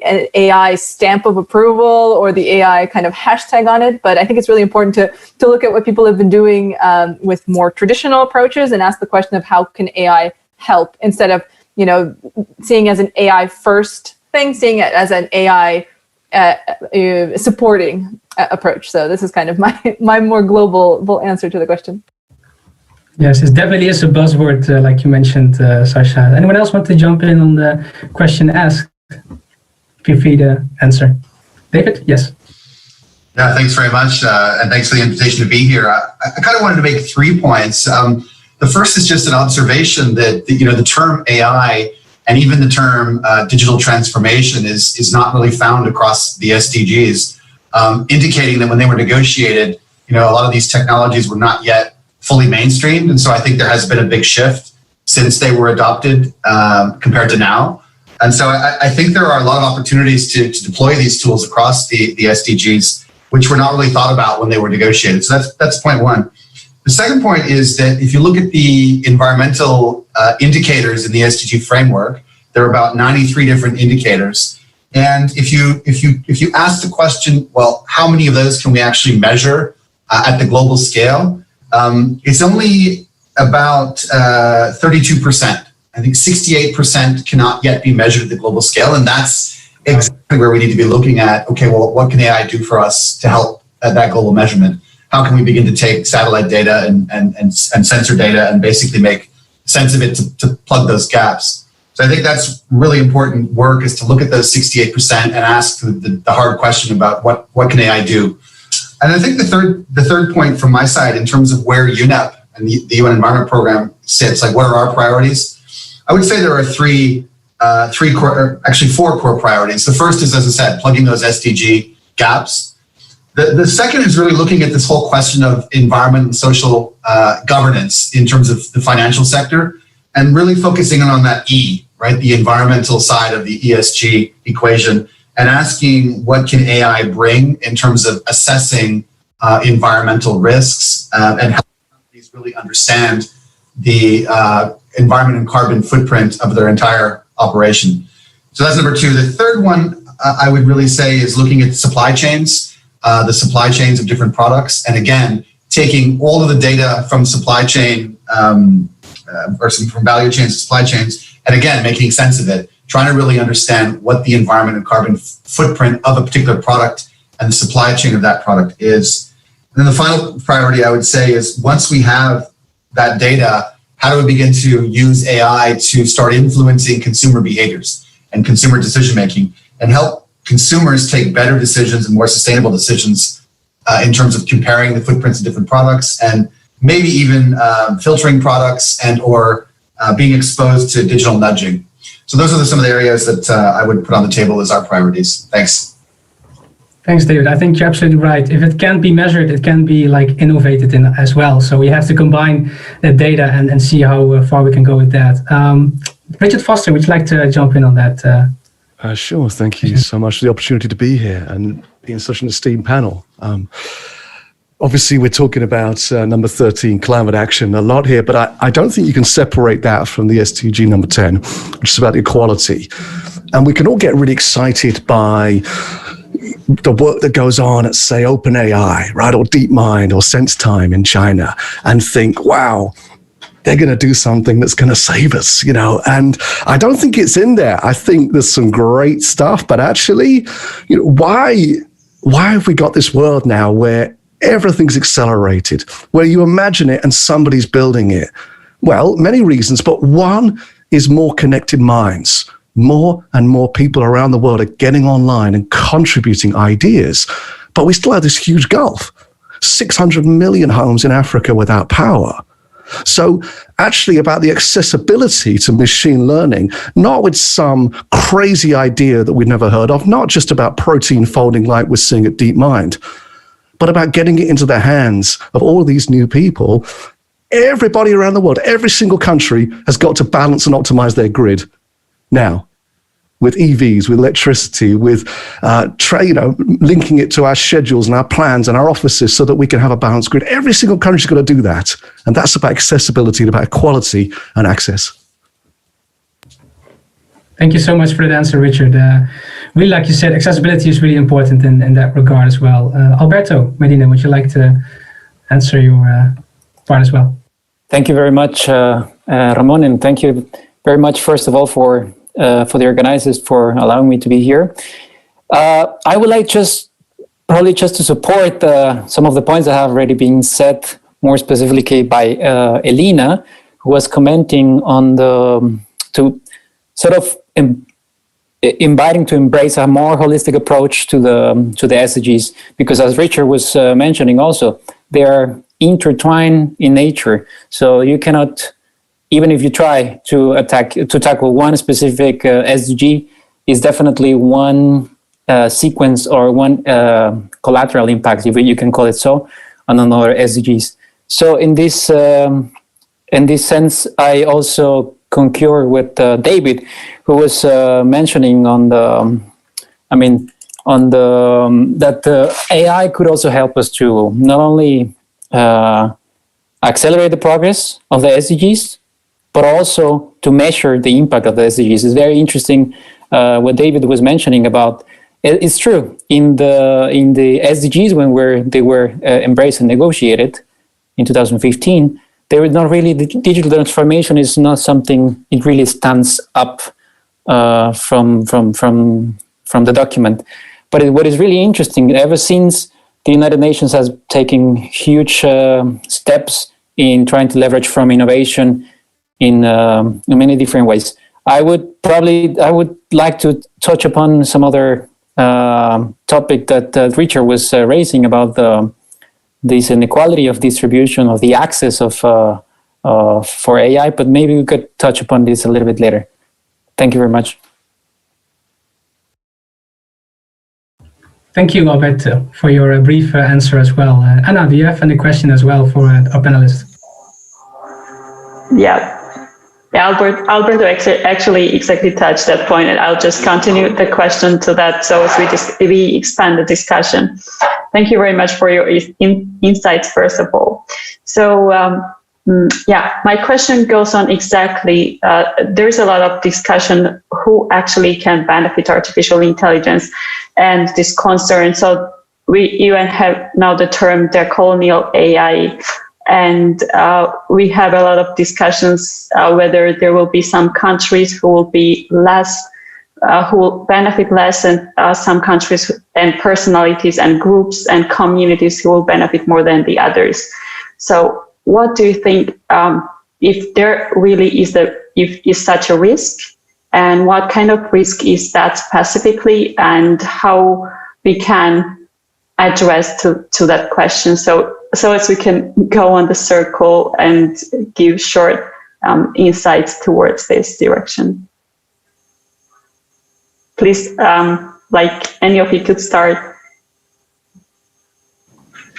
Let me jump in then quickly. I'll be brief, but I just want to kind of make an observation that around health. So the COVID crisis really has, in a way, it has really highlighted some of the existing inequalities. We've seen that though the kind of parts of society and communities that are most marginalized are even more so in this current crisis. A lot has been affected. Supply chains have been affected. Livelihoods and healthcare systems have been heavily affected.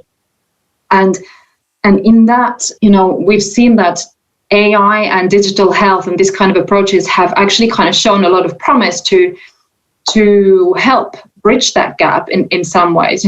These technologies can be part of the answer of how do we reach and enable some of those communities. I'm not saying it's a whole answer in any way, and it's not some magic pill, but there's a lot of promise, but we haven't quite seen that promise being fulfilled yet.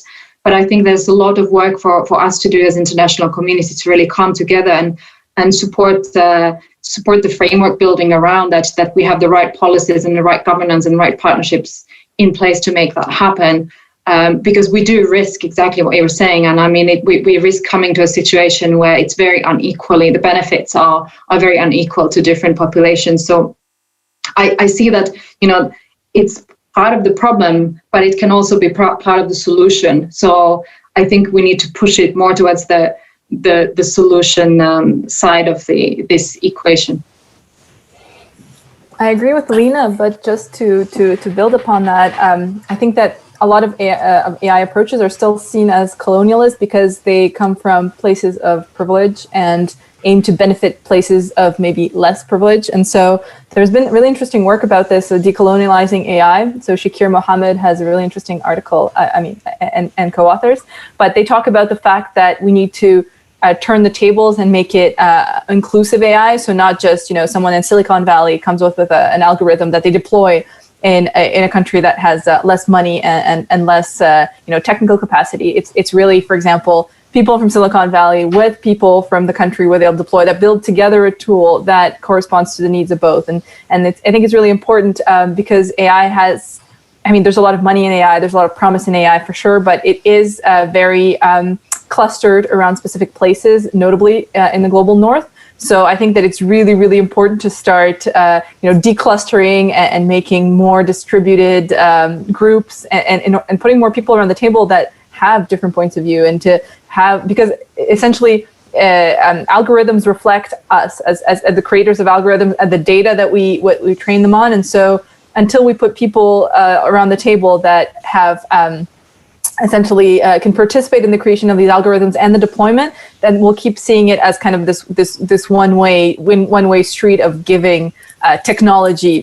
But it's a two-way street. It should be kind of in both directions. And I think that inclusive AI development is really, really important, and it should be done a lot more than it is.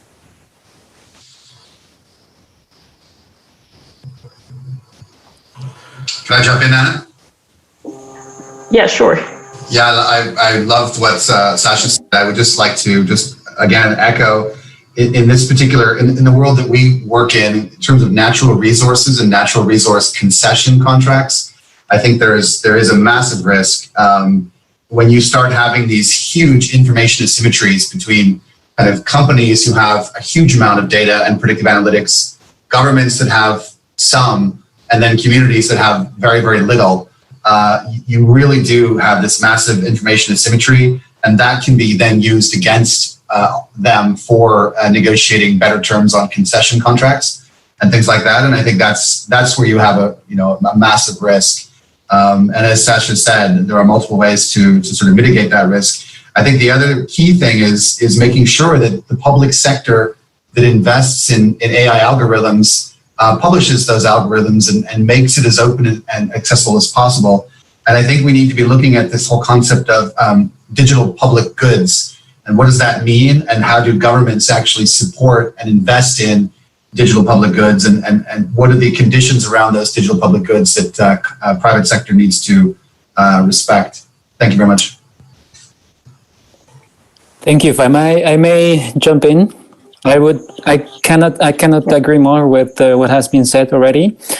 I think one of the major, I really enjoyed the first part of the conversation when we heard the speakers and trying to explore what is the potential of AI for supporting, many different aspects on that could impact directly on the SDGs. The question is, and it's really appreciated that you raised this issue, and there's a potential risk of exacerbating the existing inequalities among the places where the technology is going to be deployed. It's very interesting what Sasha is mentioning about this aspect of colonialism attached to AI. I would say that there's nothing against using technologies that were developed elsewhere. The problem is if the recipients don't have the capacity to modify or just have the capacity to use the technology, as mere users, it really raises the risk that these potential users will remain as such. There's one very. I wrote an article about this. About this potential risk and considering the concentrated nature of the global economy. And the idea is that developing countries or also adopted technologies, but at the same time, proportional efforts are made towards producing or enabling the recipients of the technology to also not only use but also adapt the technologies that they are receiving. So, with this, I will stop my intervention here. Thank you.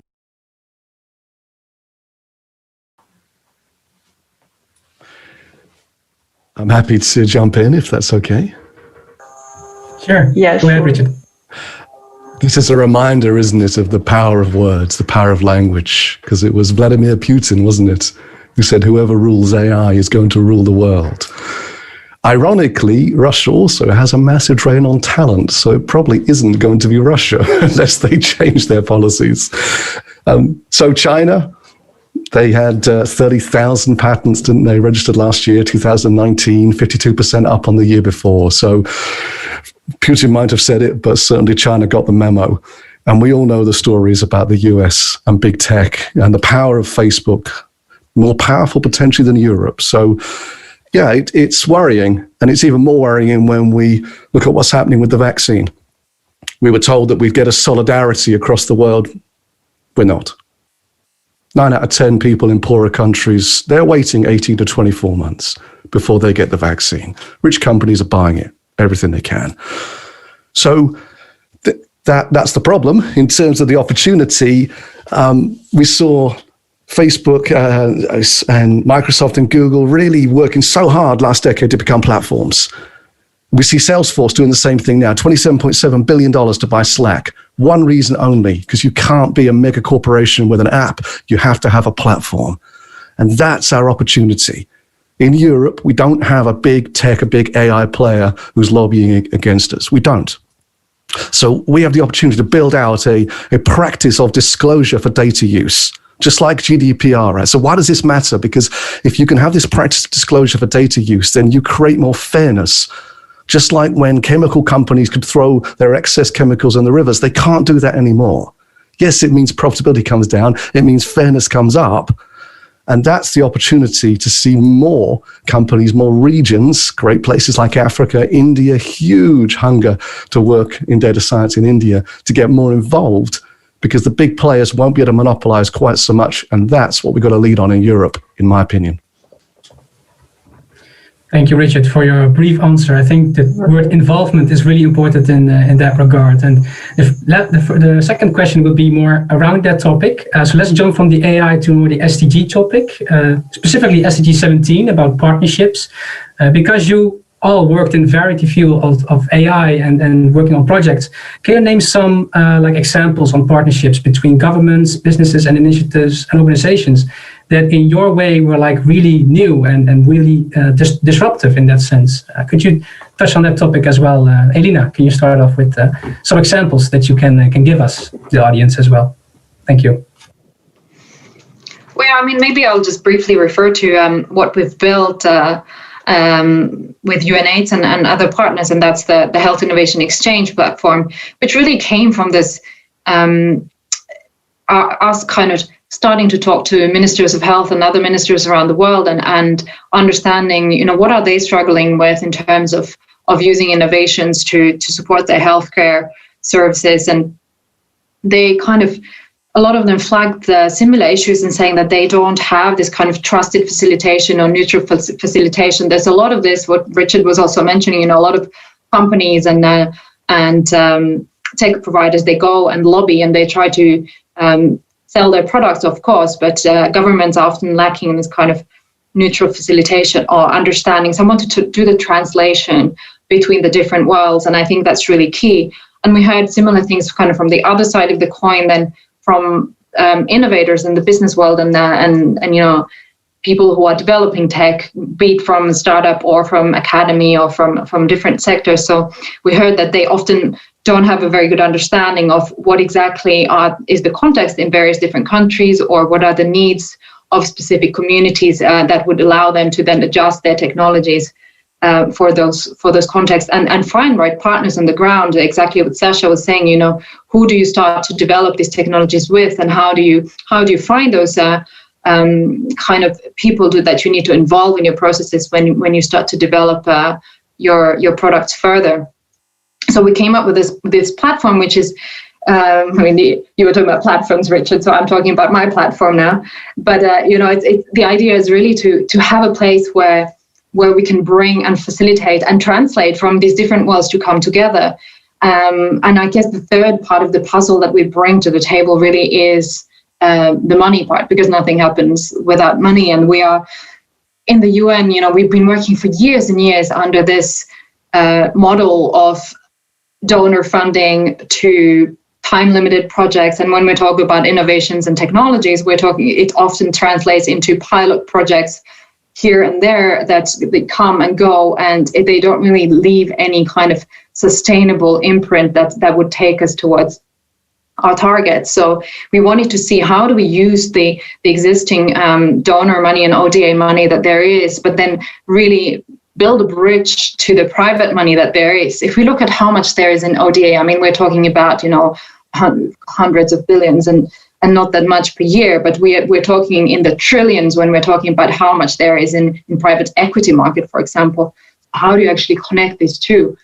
So what we're trying to do on a day-to-day basis is really to be the translators and make these people come together to form partnerships in a way that it makes sense, and you can take these technologies that gets translated to countries. And I think something that we really have realized that a lot of these different actors, they do speak different languages, and it has been a learning curve also for us to kind of, from our UN position, to try to understand, what is a brain or a thinking process of a private equity investor look like compared to a startup or an academic innovator, and then what is the Minister of Health, what is making them tick, and what are they trying to do, what is their political agenda. So a lot of our time is spent in trying to analyze this and then kind of facilitate in the middle so that we can actually build projects that then end up scaling the right technologies in the right places with the right people and for the right people. Thank you, Elina. Sasha, would you like to answer that as well? Yeah, it's interesting what Elina said. I've actually been aspiring to be kind of that translator between technical AI language and, I guess, more normal terminology. And I find that I actually have a bachelor's in linguistics, and I've always been so sure that language is kind of the key to everything, and that a lot of problems that people have, a lot of issues that exist in our world are just miscommunications. And I think that one of the impediments to AI is because the people who do AI are surrounded by other people who do AI, and to talk in a way that, even recently I was at the NeurIPS conference, virtually, and then I was reading through the titles, and then even, if someone wanted to just read the titles, they wouldn't be able to understand the titles of I think, around 75% of the papers that came out. And I was wondering, why isn't there some more work being done, as vulgarizing or communicating? So I really think that that's important. Just if we had someone dedicated to going to these conferences and then publishing blog posts or something. It would be really helpful. But more specifically with regards to projects, some of the projects that I'm working on, for example, we're working with the Montreal Insectarium on a biodiversity tracking app that uses AI. And it's really interesting because I'm learning so much about insects that I had absolutely no clue about anything. And they're learning about AI. And in our meetings, like we have bi-monthly meetings where we kind of update each other on the progress and from their end, from our end. And I think that we all come out of those meetings feeling like we really learned something and that we're really making progress. And compared to other meetings where we just kind of talk about neural network architectures, I feel like this is a lot more rewarding. And at the end of the day, I believe that it's going to be much more impactful than just kind of like talking about some more algorithms we're implementing. So I agree that it's really important, but it is really hard. And at the beginning, you really have to, control yourself before you say something. Like you have to kind of have a filter of, should I use this word? Should I explain this acronym? Should I describe it in more detail and things like that? But then once you get the ball rolling and people have trust, I think trust is really crucial. So, what do you mean when you say that? And like sometimes even I have to say, okay, you kind of glossed around like why these two species can be confused by an AI algorithm. Those are just two Latin names that I didn't understand. Can you explain them to me? And so we have this now. We have a rapport that took a while to build. So I think that's really crucial in these contexts. Thank you, Sasha. David, go ahead. Thanks. Yeah, you asked for some examples, and I have to say, Google Earth Engine and Google in general has been really instrumental in offering the UN access to their cloud platform, and in particular, allowing us to look at sort of global scale change, right? Taking the 30 years of satellite data and making sense of it. And had we done that without Google Earth Engine, it would have taken us about 600 years to crunch the data. And with Google Earth Engine, they were able to bring that down to about 45 days. And we can now look at global level changes like deforestation. We can look at fishing vessels, and we can look at the distribution of water and various variables like that. So Google has been really fantastic in enabling that kind of global level analysis. And that's really important for the SDGs. And one of the partnerships we have with Google is exactly on, it's SDG 6.6.1, which is global surface water extent.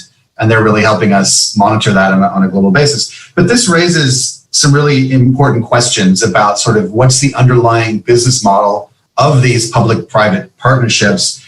And should we be adopting at the global level principles, standards, and safeguards that really guide these partnerships? And I think we should. I think it's fantastic that we're working together with the private sector, but I feel that these are still very much ungoverned territories. And so I would really advocate that we, over the next year, link up with all the different stakeholders in the sector to really, discuss and agree what are these principles, what are the global standards, and what are the safeguards so that these partnerships can be conducted in the public trust, and that the outputs from them can be maintained as digital public goods. Thanks. Thank you, David. There's definitely gaps that can be filled with partnerships as well. Richard, I'd like you to jump in on that. Yes. Oh. Whoever said yes, I didn't see, but they're very welcome to go. No, please, Richard. No, Alberto, you'll buy me some more time, honestly. No, sorry. I was very surprised with David's intervention, and I definitely concur. As part of the previous question, David was mentioning about the digital public goods that is it's needed, and I think somewhat this particular alliance it's a network of partners from different sectors who contribute to the identification, support, and scale up of digital public goods. This is software, data, content, and algorithms in order to advance the SDGs.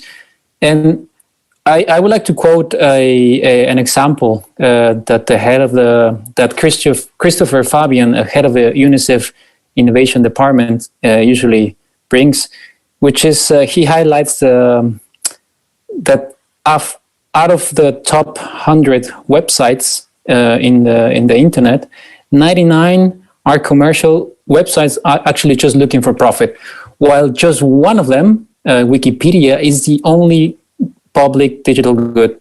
So this alliance was recognized as part of the Secretary General roadmap for digital transformation, And this is just an example of, and bringing also what David was saying, to try to convey these public-private partnerships, but also to look deeper into into the standards and how to instrumentalize these partnerships. Because it's important to highlight that despite the fact that the United Nations, for instance, has been investing a lot of efforts to improve their knowledge about innovation and about digital technology, it's also true that the United Nations, as well as another international organizations, has a significant lower progress or compared to their counterparts in the private sector. So this is really important to leverage from these partnerships, but at the same time try to balance somehow this strike a balance between these two. Alberto, sorry, Richard, before you jump in, Alberto, you said I surprised you, but I wasn't sure if that was a negative surprise or a positive surprise. Can you? Positive. Positive, great, thank you. Very positive. Oh, fantastic, thank you.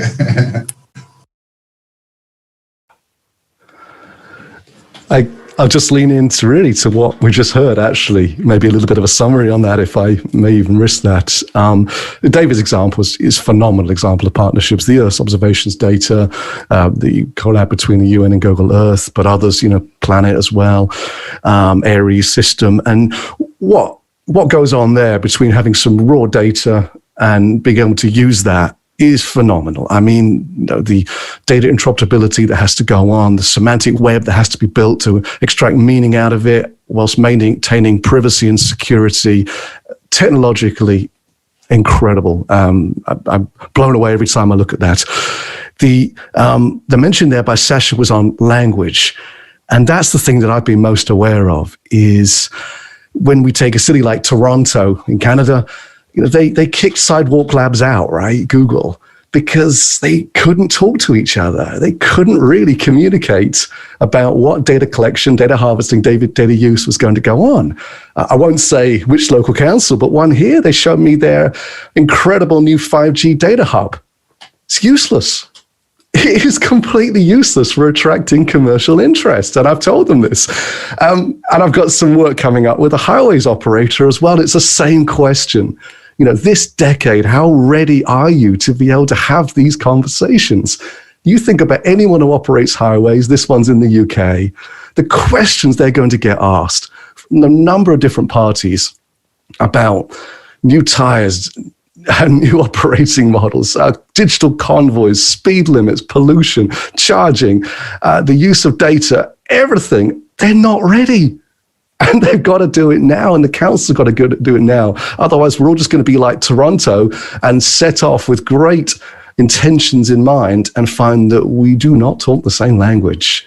And by the way, emphasis on tech, of course, there as well. We have to meet in the middle. We have to find those bridges to be able to do that.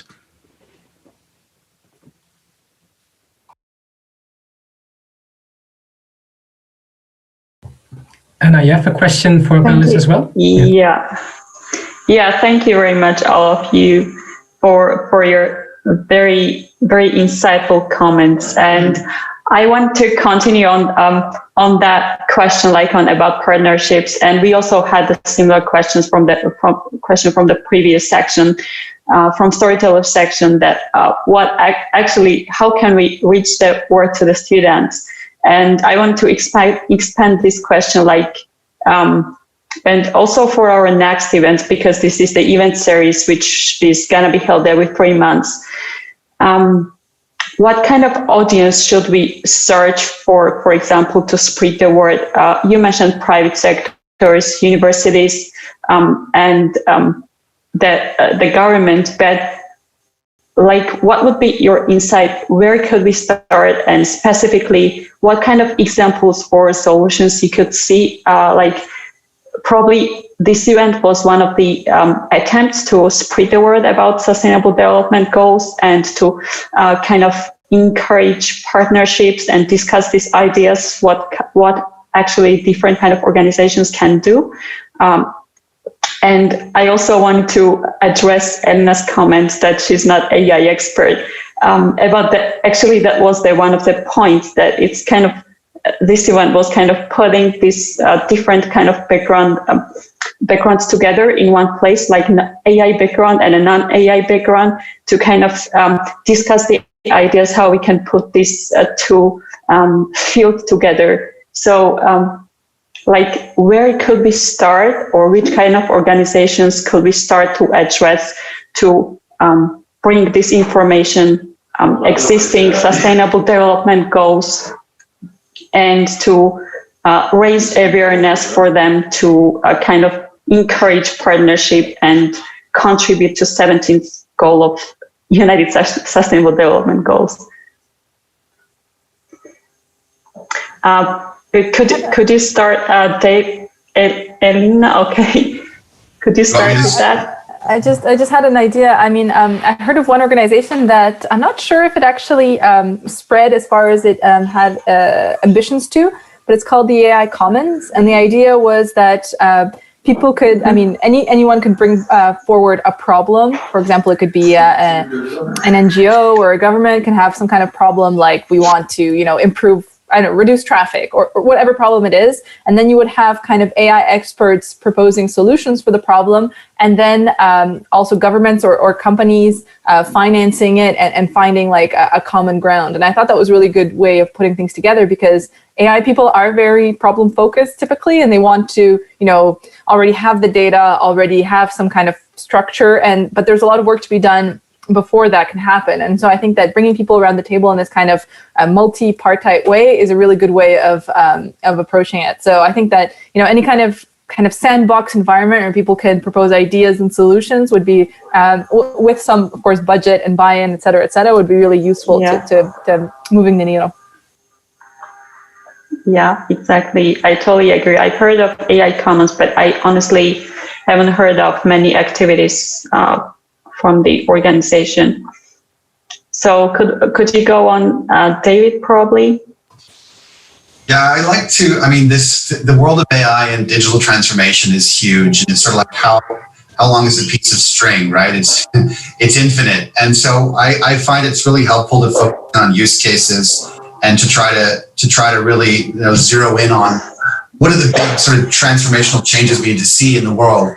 And then Richard's heard me talk about this many times, but I really feel that we should be looking at Amazon, the commerce platform, and really doing much more lobbying to get Amazon to include the environment and carbon footprint of every single product in the platform. That's 350 million products we should have access to in terms of their environment and carbon performance. And I think there should be a sort of a bottom-up movement of users to demand that from Amazon. Now, the good news here is that I've been saying this for the past year, and Amazon, I'm sure they're not listening to me, but they are taking some steps forward, and they recently launched this idea of the climate pledge friendly products. And so they've started now to look at how many of their products meet one of 19 different certifications, and they're starting now to basically feed that information into the platform. I think as things stand right now, there's 25,000 products that meet this certification. So I think people should be, buying those products, but I also think they should be lobbying and campaigning so that whole program is expanded, and that so that the information that is available on the environment and the carbon footprint of everything. And so at the moment it's 25,000. They need to work up to 350 million, but they've taken the first step, which is great. So I think we need to be very supportive of that. But on the other hand, it should be maybe less of Amazon's priority, and they should make it an obligation for people wanting to sell, right? Because, there's only so many products they can go through themselves, but if you make it an obligation, if you want to sell on Amazon, you have to disclose some number of things, then absolutely decentralize it. No, and that's what Amazon will say. They will say that, look, we're not the experts. We can't calculate this, but exactly that. We need to make sure that data is available. So it's not totally in Amazon's court, and I fully admit that. And what's the way they solved that was to simply ask, okay, which products have been certified? Of these 19 certifications, which have been certified, and that's what they're giving us now. And that's the first step. But then we need to be able to say, okay, well, what is the actual performance of product X versus product Y? And the digital space will really allow that kind of calculation very easily, but that data is not available. And so we need to basically sort of start with what they're doing, but then expand so that as a consumer, I can eventually get that. And eventually I can then do filtering, and I can receive nudges, and I can really become a much more conscientious and sustainable consumer. But the point I wanted to make is they have taken a big step forward, and now other platforms should really be doing the same. And if I may, they can. I've been selling on Amazon for about 6 years now. I have a six-figure business that sells products on there. They certify organic products, and they will kick you out and kick you off if you haven't managed to prove you're organic certified. They don't do it for sustainability yet. It's no harder. So yeah, the whole supply chain needs to be in place, but it's not difficult for them. Just put these processes in to verify what's already being claimed on there and celebrate it and promote it. Can I just respond to that quickly? And this is where we talked about the European Union. The whole European Green Deal is potentially transformative in many ways, but the one thing that they're really focusing on is this idea of this digital product passport. And you'll probably hear me talk about this in other contexts, but the whole idea is that every single product that's traded in the European Union should have kind of this digital data pod that goes with it, this digital product passport. And that data pod would contain all the supply chain data. It would contain the environmental footprint data, the carbon data, the recycling information, the disposal routes, everything about that product, which would really then, once that digital product passport is functioning, that data could then be fed into platforms like Amazon. It could be fed into filters. It could be fed into procurement algorithms of governments. There's a huge number of potential applications. So now the big step is finding a couple of use cases and actually demonstrating proof of concept of how this might work. Because you can imagine the amount of data that needs to be fed into that digital product passport is phenomenal, and basically making sense of it, protecting privacy, protecting the security is going to be huge. But the vision is there, and I think it's something that we should really be helping to basically realize. And I'd just add that we want to see that in augmented glasses as well, right? We want to be able to walk into a supermarket. David's laughing at me. We can't have a restricted Samsung, Apple, Google, whatever lens. There's got to be a Wikipedia-style openness to that, so that information is available in Tesco as it is in Amazon.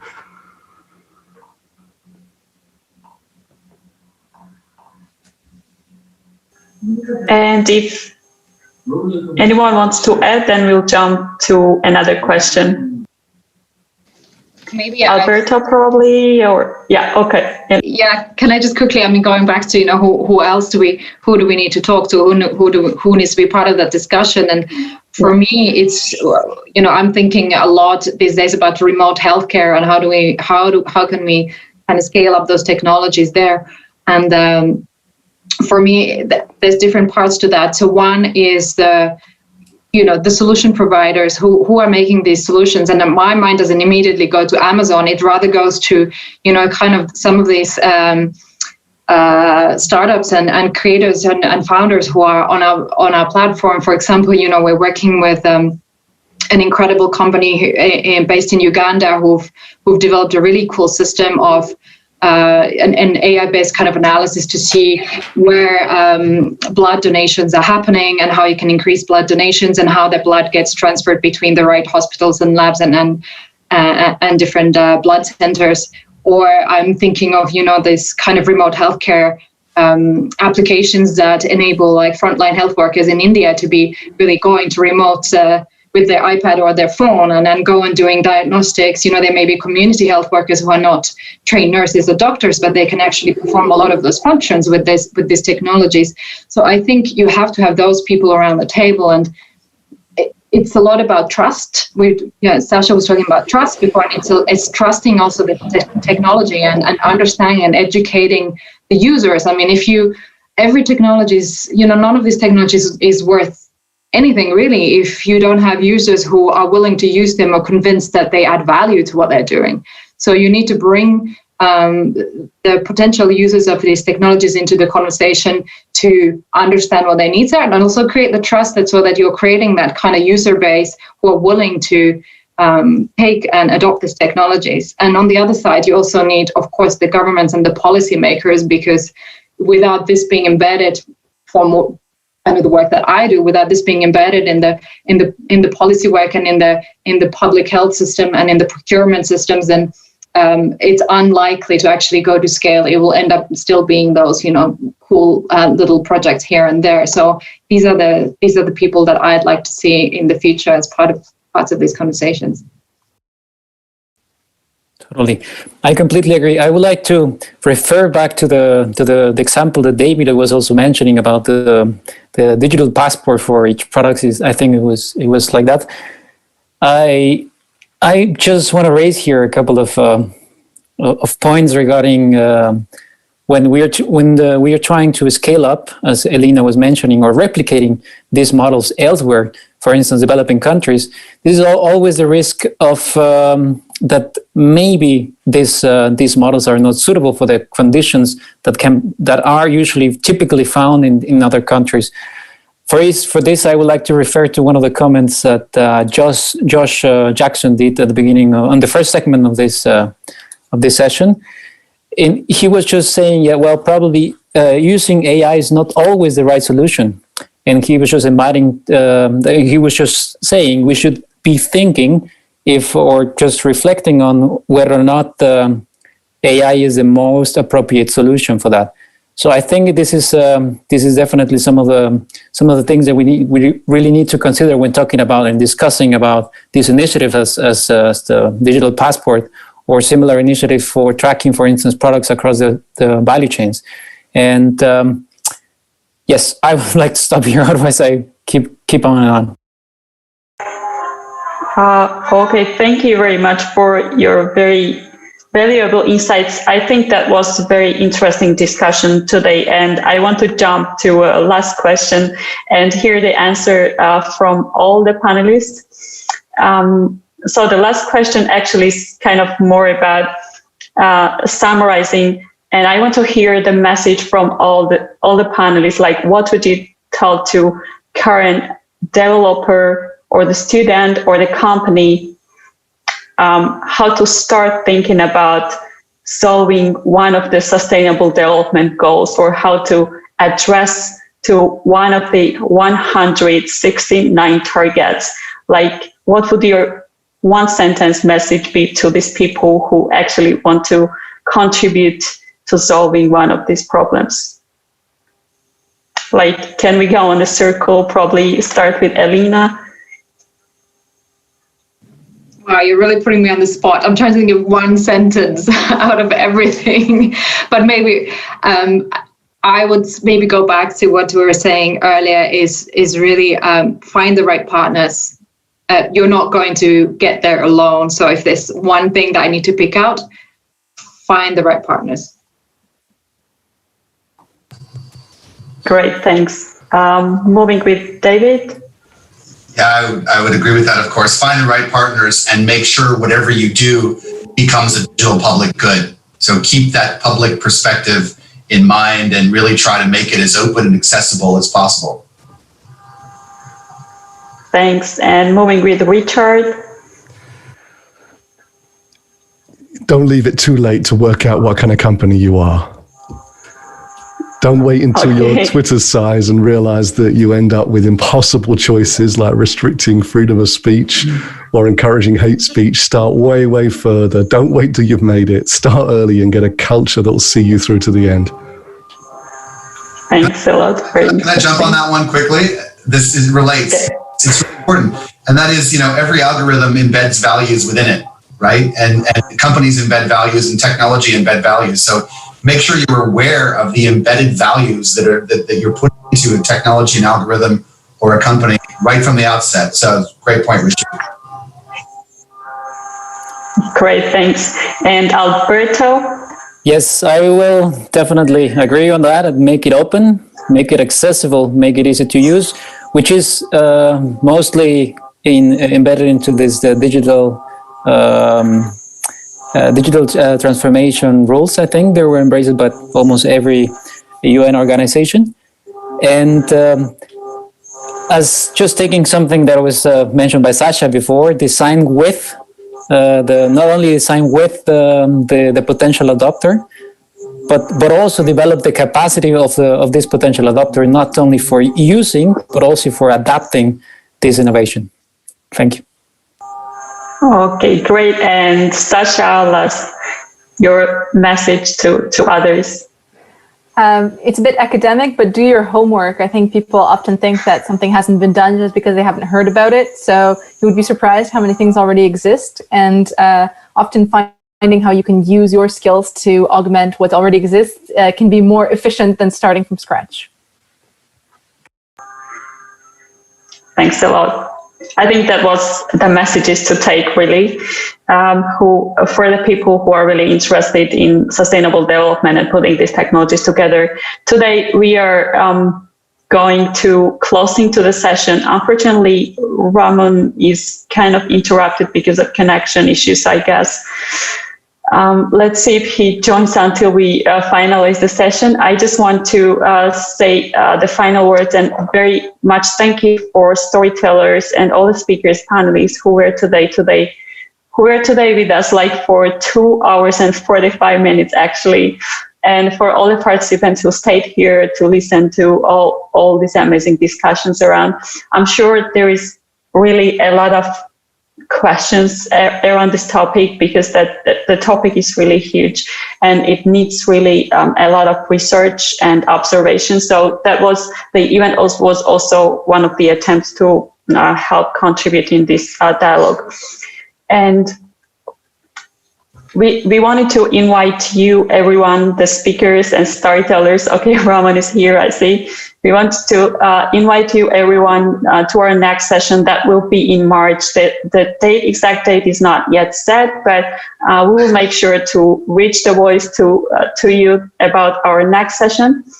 The event is an event series, so it will be every 3 months. So make sure that you jump in to all the sessions that will be there in every 3 months, and we will try to jump in with updates and with improvements, including technical, or hear your feedback or what you want to discuss in the next sessions. That would be awesome if you write us. I'm sure you enjoyed this session a lot, and I also want to thank to all the supporter organizations, United Nations institutions that were UNDP, UNAP, and UNAIDS. So thanks to the organizations and representatives of the organizations who were today here with us. And I want to give last words to Ramon as well. Sure, thank you. Sorry for me for jumping in and out. Sometimes technology can be a bit lagging. So first of all, thank you so much for your time, all the panelists and the storytellers. It was really an interesting experience to organize this webinar series. And I'm so thankful that we're now here and sharing these insights. So yeah, last point, we have a WhatsApp group, a WhatsApp community group, and we will share our next episode in there as well. It was in the registration link on the bottom, so you can join our community as well. Of course, there will not be spamming. We will have regulations and rules on that as well. So be sure to join. Any interesting articles that are also going to be shared by the panelists and the storytellers are being in the WhatsApp group as well. So thank you so much for your time, everyone. And Anna, do you have any last words? I just have to thank you once again and enjoy your evening or day wherever you are in the world. The attendance was very global, and we are expecting to collect more people from around the world to discuss the worldwide topics such as sustainable development goals and emerging technologies. Thank you very much, and we are closing the session right now. Thank you, everyone. Ciao. Bye-bye. Bye.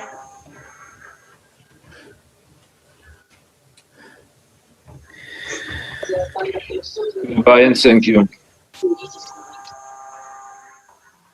Thank you. See you again. Bye. Thanks.